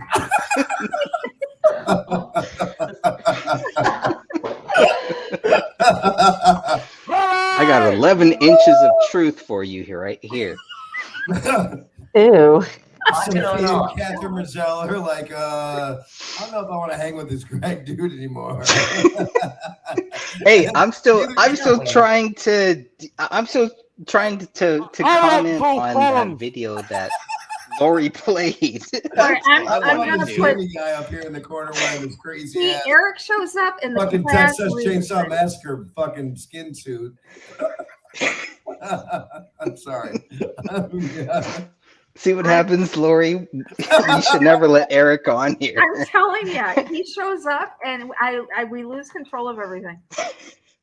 We lose control. The show was doing fine until Eric showed up in the second hour. Zero. Alan Jamie. I put the link to Train the wreck video. Sentinel. I put the link to the video that I played in with C. Urbana. What is I have some rebuttal. I have some rebuttal to that. If you have not seen that, peeps, you gotta freaking rebuttal it. Watch it before we get struck for it. Playing it before we get struck. Okay, so that video said that David was killed before the production started, or no, he was killed before everything ended. Yes. Okay, that was never started. The movie was never started. There are so many people, so many fans of David Crowley that really think that the movie was finished, but they didn't put that movie out. Right. That's not true. The movie was never made. So this is one of the things that She this did a great person job, got but wrong. she never had a chance to be on a panel like I this. think people I think so. assume that it was made because the trailer was so intricate. True. That I think that's the reason Yeah. why. Because you basically watch the entire movie in that 3-minute trailer. So I think that's why people assume Right. So you feel like it's that it was complete. no, I get it. And most trailers, I mean, when people think about trailers, they think about a trailer from a movie that is already done that has not come out yet, right? Yeah. Okay. But being on a panel like this, I've shifted some of the things that I thought might have been true to myself because of the evidence interjected. So possibly that's a great point. She would have been swayed if she was on a panel like this with people who just. We're not trying to argue with each other about stuff. We're trying to get to the truth. That's it. Simple as that. Right. That's my theory. That's your theory. But yeah, that's a good point, Greg. Yeah, I mean, the other thing that I have here is what's that, Cass? Say it again. I said it's just a give and take conversation. It's a discussion on what everybody takes from the evidence provided, and generally you'll find a combination of everyone is going to come up with close to the truth. Yeah.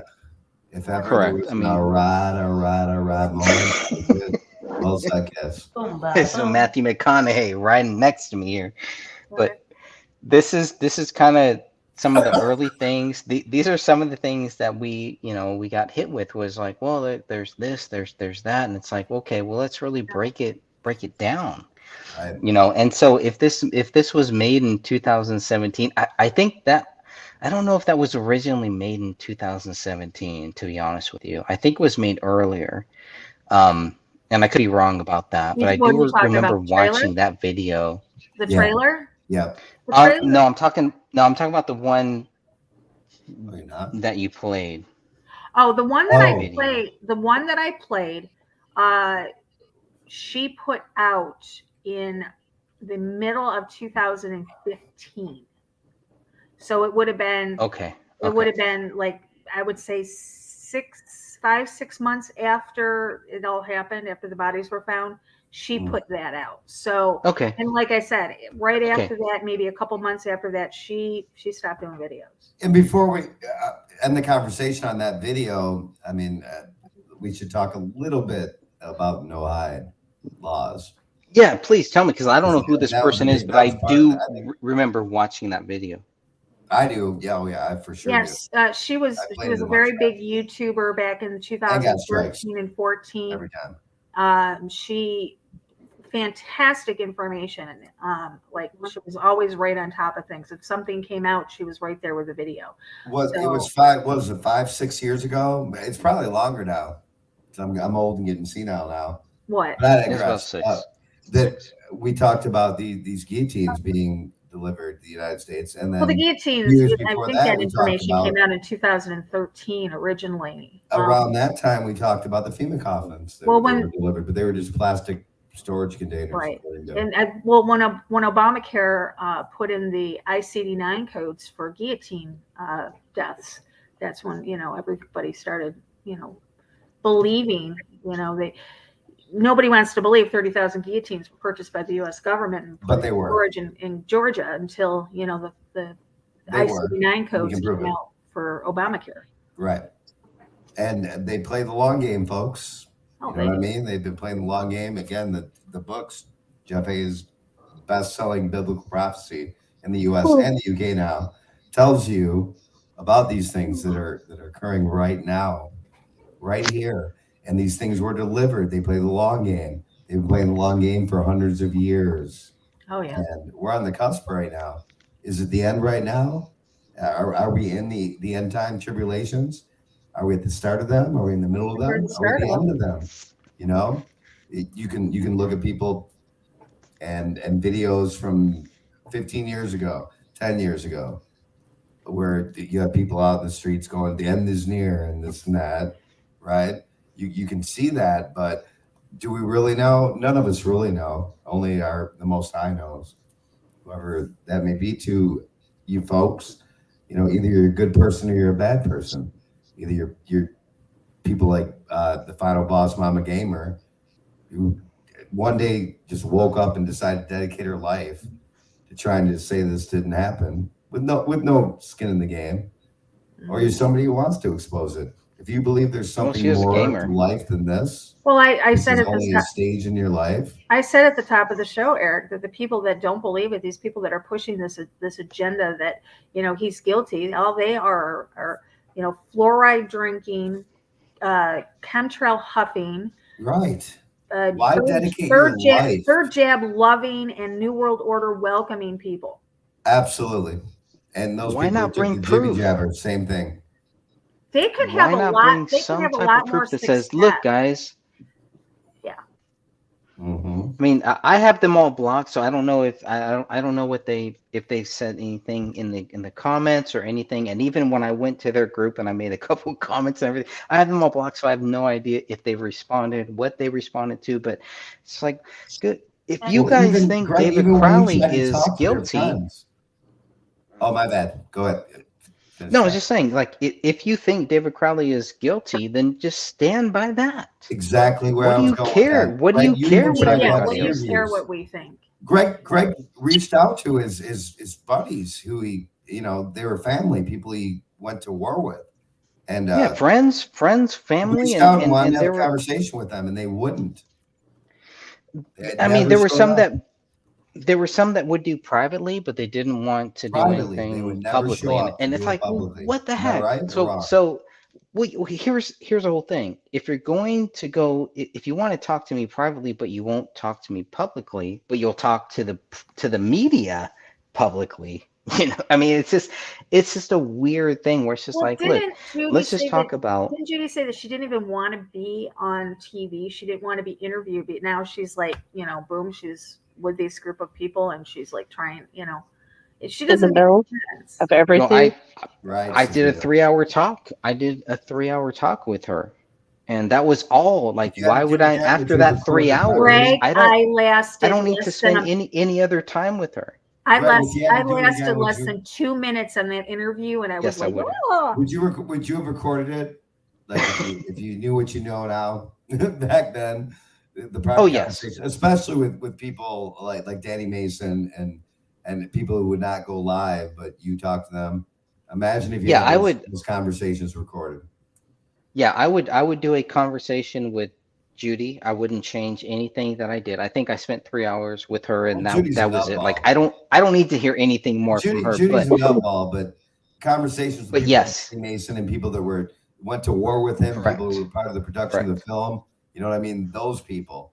That's yes. I would welcome any show. I would welcome any talk. I would welcome any quote unquote debate with anyone who is a family member of David, anyone who is a friend, a personal friend of David, anyone who worked on the Gray State project with David, anyone who was a friend of Kamel, anyone who was a family with Kamel. I would definitely. You've done this the entire time though, and they won't come on live and talk about it. None of them. No. It's just, I mean, the most is not the nutty neighbor Judy. Here is like Danny Mason and people that were the closest to him. I would love to talk to them respectfully. Oh yeah.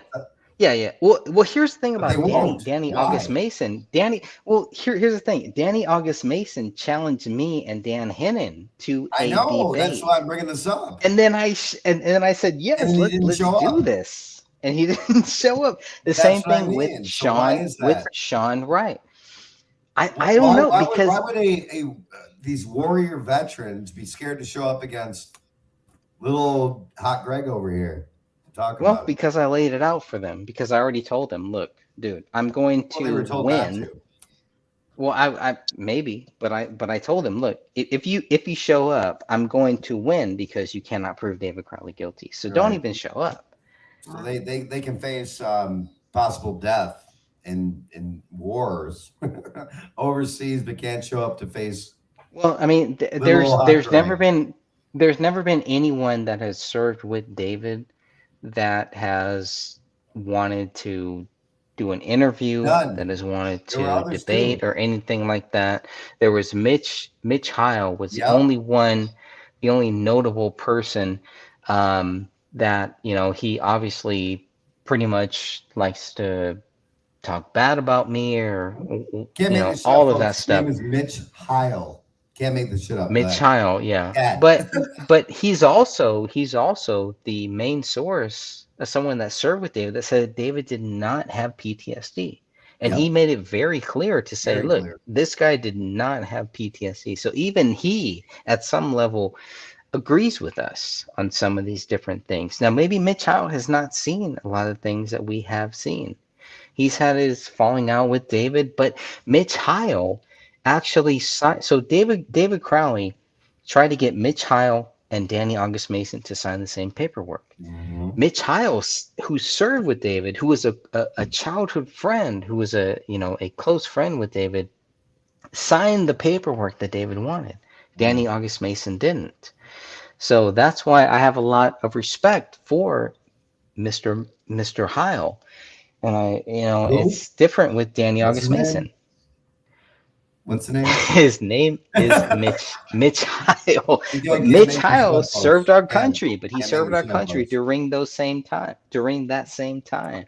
Does that send up a few red flags though to you, Greg? With a name like that? No, it doesn't. I mean, it doesn't. There's so many coincidences, and they there are a lot of coincidences. Symbolism like that.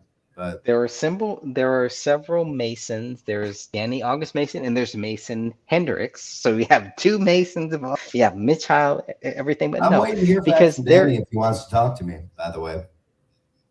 Okay. Yeah. Yeah. Well, I hope he would. I almost forgot to. I hope he would. To you peeps. I mean, Danny August Mason. Danny August Mason. Anytime Danny August Mason wants to debate me, I will debate him no matter what. No matter when. I will be there. Well, he won't. Obviously. He's the one who challenged me, though. That's the whole thing. He challenged me. Somebody who was in the trenches in foreign wars, right in the middle of the shit, won't come out with somebody on a show to even just talk. That's Mitch Heil. That's Mitch Heil. That's not Danny August Mason. So Danny August Mason is he's just an actor, right? Because according to the police reports and everything, he's just an actor who was involved with David Crowley. Danny did not serve with him. Correct. Danny August Mason. I thought he did. Met David Crowley. No, he was just an actor. But so Mitch that's. Heil did. But right. Okay, so Mitch Heil did serve with him. Yeah, so but there are many soldiers out there who have served with David. I want to talk to warriors. There are many of them out there. They may be watching this. They may be listening to this. They may understand this. I know there are many soldiers out there who served with David. All y'all listen to this who served. They know David Crowley did not do this, and we need them to come forward. We need them desperately. Help us, understand. Look, this was your commander. This was your commanding officer. Right. They have a lot of respect for David Crowley, but they are like, what the heck is going on here? Like, I think many of them just have no idea, or they're still active soldiers, so they can't speak out against them, right? They can't. You have to have the jab, and the jab changes a lot. So, yeah. It does. It does. Interesting, but I would much rather talk to somebody who served with him, a true warrior, than some actor guy. Yep. Can't argue with that. Can't argue with that one. When you're in the military, when you're in the shit, that's your family. Yeah. You think they would want justice? You think they would want justice for David just as much as everybody else does? Right. I think they do. I can only speak for the soldiers that I've talked to that have served with David, and yes, they're right here. They may never speak. Go ahead. Go ahead. No, I want you to finish. I was wondering if you ever actually had a chance to interview any of these people. Not interview them publicly or anything, but I have spoken with several soldiers. Speaking to them. Yeah. They understand, dude. They're right here with us. They want to know what the heck is going on here. This is someone that they serve with. This is like you said, Eric. This is their brother in arms. Mm-hmm. Yep. They understand.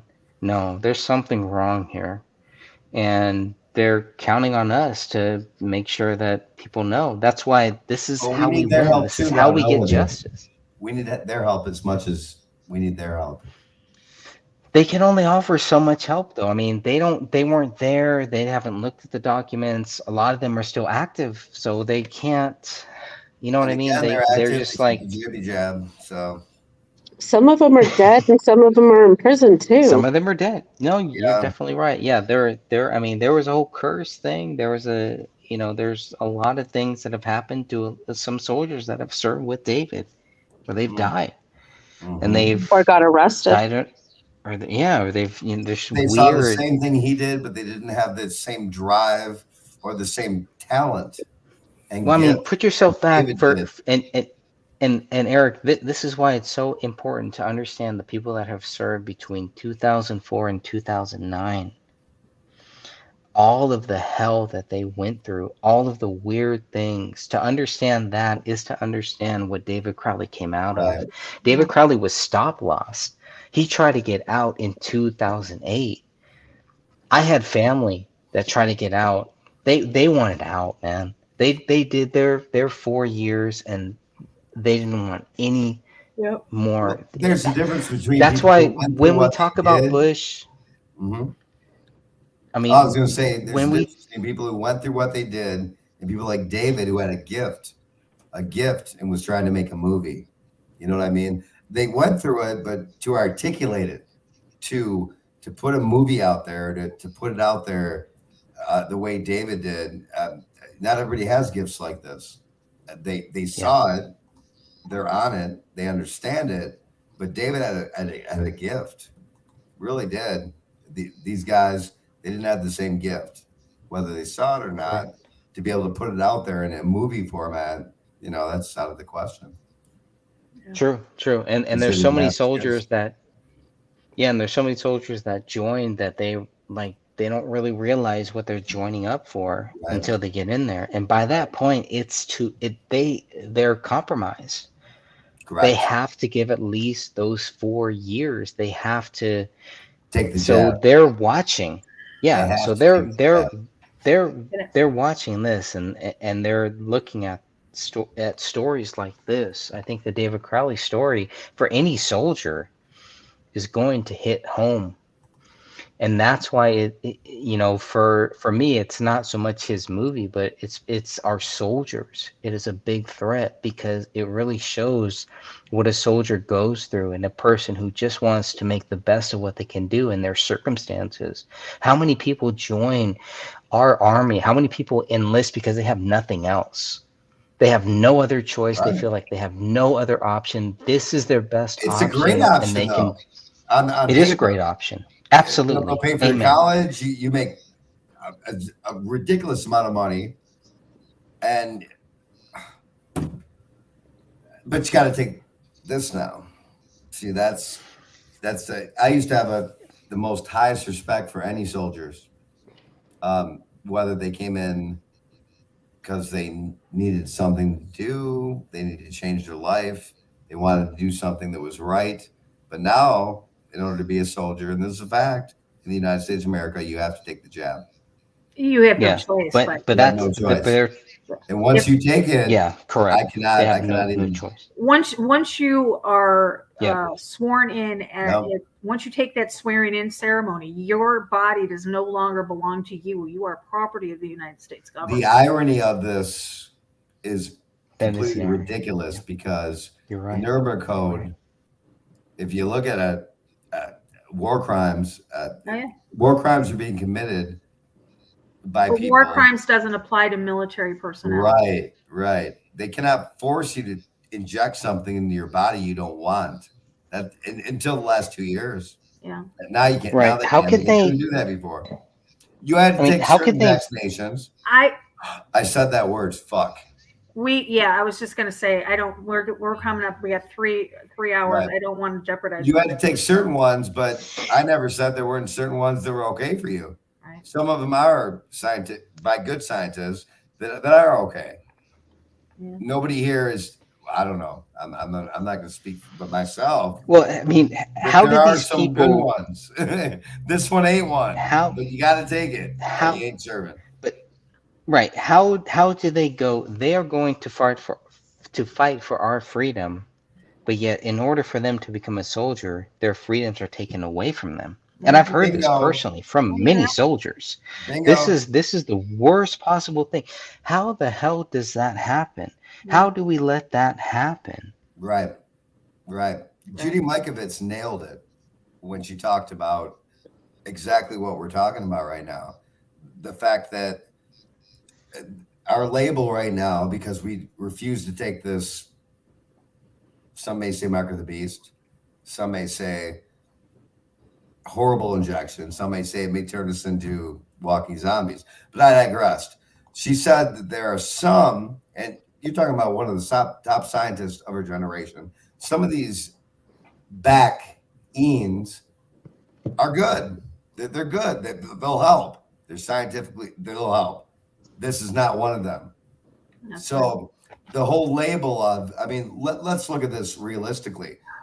Anti-vaxxer. I said vaxxer, by the way. Hey. Right? Not over here. Maybe the panel might disagree with this, but there are some that were made that are good. That they're good. Scientifically, they're a good thing. Not a lot of them, but some. This one is not. I agree. I agree. So if you look back, the old school vaccinations were made from real antibody, real viruses, real antigens, real antibodies, and it created the proper response. The more they mess with them and the more they genetically modified all these days, the more additives they put into the stabilizing. So the Look what they did though, Cass. They That's said what they've anyone who done. injected this jab, anyone who injected this jab is anti what? We're not going to say it because we'll get struck. No, we're not going to say the word, but you're and right. we're not. No, absolutely not. At all. No, I'm not anti at all. But look how they blanket I had it all like of that. mine. It's a blanket. If you're against this vaccine, then you are incorrect. Lie. It's even, it's as bad over here. We're the same. We get it all the time. Right. Right, It is we what are it is. 3 To work hours. around. Yeah, I've got to bail. I've got to run too, guys. We are at the 3 hour mark. So okay, what you say? I'm leaving this 3 hours, not long enough. I've got to get up at 3 a.m. So What? I have to be up at 3 a.m. Why even bother sleeping? We might as well just keep going. Next time, show up early, Eric. Yeah, I feel you. But is anybody on this panel, by the way, let me put the question out there. Is anybody anti that thing we can't talk about or we get strike? I'm an anti-bullshit artist. Right. That's what we are. If we reject this, this man-made whatever. So I have to measure my words because to get a strike now, we might not get to 500 subs, Laurie. And that's all that matters. It really doesn't. No, it doesn't matter at all. Riding dicks for clicks and shit. Anyway. Right. Do you have an outro for us? Who? You. Me? Yeah. Maybe. No, Peter Pan in the bottom left corner. I'll tell you what. I will play the outro after, unless before I got here you already did it. We have to give away a book, right? Every show. I did not do it yet. You didn't do it yet? So let's do it. There's a couch. Oh, the real Anthony Fauci book. Yeah, that's. Go that's a ahead great and book. go ahead. Well, what questions? Jamie, what do you think? So when we give away a book, we take a crisis actor and we change their first name and the last name around. Whoever gets it first gets a book. So congratulations to the former what came here. actually happened here is that Havid Dog. Censorship is being real bad here in Australia and all around the world. But here's the thing: we've got a federal election coming up. Wait, hold on, Jamie. Saturday, Jamie, but we next got to Saturday. give away a book, though. And the most, but the thing is this: no matter how much we expose to bullshit that's been going on for the last 2 years, when it comes to the COVID and the jab, we're not going to save the children. Now, You're in the belly of the beast, brother. This is how hard it is. If the Australia's parents the belly allow of the the beast. children to go ahead and do what they do, we can't save the children. As hard as this sounds for me, and most devastating for me, we just got to count our losses here and just let them go and do it, because we can't save anybody anymore. But we'll keep fighting the fight, yeah? Absolutely. There you go. Absolutely. That's all we can do. But well said. You know what? Hot Greg, Sophia, Catherine, Michele, Cass, Jamie, one of you 5 people. Why don't you? All you have to do is take a crisis actor, take the first letter of their name and the last letter of their name, and switch it around. Whoever figures out what crisis actor we're talking about first gets a book. I don't know any others besides I'll help you with this. the Oink Oink. We've had, so here's past winners. They figured out Havid Dog, Latimet. Okay, make sure I say it right. Latimanza. Oh, yeah. Sorry. So all you have to do is switch the letter around, first name and last name. Whoever figures out the crisis actor first wins. I don't know any other. All right, Charvid Lee. Ooh, Charvid Lee. Charvid Wee. Yep. Coswog. Ooh. I already know it. That was too easy. You ain't getting a book for figuring that one out. Folks. Oh yeah, they are. I'm sorry. I butchered that one. Oswald gave it away, but we'll see. Nope, that's it. Greg came up with it, and we're going with it. You will. Kelby got it. First person, Kelby. Okay. Where? I don't see who. I don't see it. Where is it? Facebook. It's our Facebook chatter. Oh, Facebook too. Yeah, we've been on 3 platforms tonight. Oh wow! Oh my gosh. You guys are on Facebook too. Well, you guys 3 are on like platforms and 5 or how 6 many stations. Yeah, we are. Yeah, I know. So, wow. Kelby, Really guess that challenging it's those Harvey Oswald. shadow banners. So yeah, we're over on Exposing Satanic World Government page. That's what it has to know. That's how we do it, folks. So Kelby, Got it. message me on Facebook, give me your information, and I will make sure. I don't have any more books left, so I'm going to pass it over to Eric. I do. I got it. Yeah, I will. I sent out a bunch of books last week. So as always, send me your address, your social security number, your bank accounts, and pass them on to the FBI. So you're in a database. No, if you want your pet's name, right? Your firstborn, your mother's maiden name. I want you to. I want Eric to start giving away my books too. Here we go. I'm gonna challenge Jeff here. All right, so Kelby will send his information to me, for us, and I will send it to you. Great. Mm-hmm. All right. Yep, we got you. Pass it on to me. I'll pass it on to you. All right. So she'll pass it on to her. We are a Brady Bunch. We're missing one person, but where? So you want to take us out? Here's a story. All right. Come on, guys. Everybody put the cameras Laurie on. messing around with I'm not putting the camera on. I am not putting my camera on tonight. I am so sick.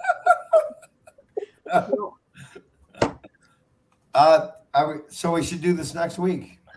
Are you guys all down? Do it next week? Real quick, the Gray Stage t-shirts. Oh, Gray Stage t-shirts. Where can we get them? We got merch. You get them off of, Greg has them on his website also, the link. Nice. I believe, and on his YouTube channels. We've got merch. Me. No, that was for you. You got merch. We got merch. All righty. Eric, you want to take us out? Thank you for having us. Bye, everybody. I want to thank everybody in the chat room for joining us over on Southern Truth. We've had a great chat room over there, here on this channel, and also on Facebook, Exposing Satanic World Government. I want to thank all the chatters. I want to thank everybody up on the panel. Thank you to Jamie, to Cass, to Catherine, to Sophia, to Big Daddy Greg, and of course, Jeff Hayes made a brief appearance tonight. And of course, Eric and myself, we want to thank you guys. Overwhelming the support we have right now, and we're all going to be here again talking about David Crowley and maybe some other things next week, same time. You guys going to be here with us? I'll see you in 3 weeks. Cool. Have a great vacation. Thank you. Absolutely. You earned it. You deserved it. Yeah, I think so. All right, I got the Good eye, mate. You want to talk about what you can do with auto-tune? Well, I'm about to show you. Yes.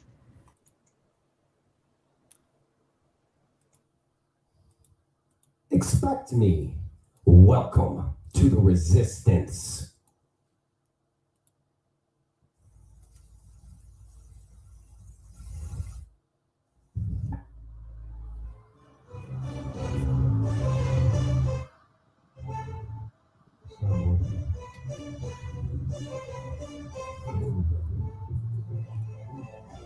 Love it.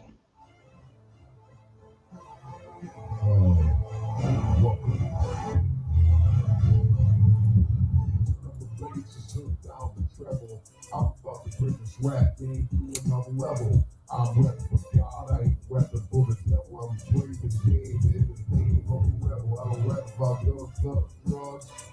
I'm trying to get the ball. I'm here to speak the truth and not any lies, cause I'll always be on the both sides. I know the state always trying to test me. I'm in the game until the day they arrest me.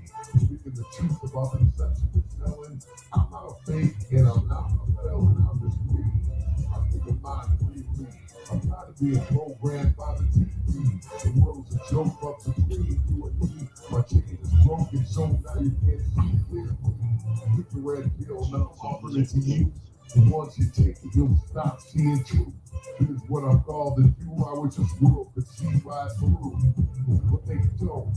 And I can tell you why. It's because you are following the master of lies. Fame, fortune, all that bling. Get fat stacks of cash, even if they can't say. But it ain't worth it in my eyes, cause I can see clearly lies above. All the half-truths being spread to our youth. The deception can be hard to see through. This ain't opinion, this ain't theory, this is truth. I hope you can't hear me. Can you hear me? Do you want the truth? I'll bring it. Do you want the truth? I'll make it. Do you want the truth? I'll bring it. Yes, I want the truth. I'll take it. Do you want the truth? I'll bring it. Yes, I want the truth. I'll take it. Do you want the truth? I'll bring it. Do you want the truth? I'll take it. What's going on in the world today? All these rap videos leading our babies astray. Leading our babies away from the truth and light. Rappers influence them to do things that ain't right. I'm the mic talking about cane and guns. It's really time to do it, guaranteed to run. Non-stop talking about a treacherous life. Filled with alcohol, drugs, and other man's wife. Not for announcers, wild, random chicks. Now it's at the local health clinic feeling sick. Got something that you couldn't go back. Play the map, the devil got your life back. Soul, and getting the whole world being silver and gold. One day you must see the Lord's faces. Will he say well done, or will he look at his graces? Without faith, it's impossible to please. So please drop down on your motherfucking knees. And beg and please have mercy on me, my Lord. One accord. You want the truth? Okay, I'm ready here. Prevent everyone because the kingdom of heaven is here. The enemy roams around. But we made a vow and stay next to your Lord and stay. Get your power. Do you want it? One more time. Do you want the truth? I'll bring it. Yes, I want the truth. I'll take it. Do you want the truth? I'll bring it. Yes, I want the truth. I'll take it. Do you want the truth? I'll bring it. Yes, I want the truth. I'll take it. Do you want the truth? I'll bring it. Yes, I want the truth. I'll take it. Do you want the truth? If you want the truth, I'll bring it. Yes, I want the truth. Yes, I want the truth. I'll take it.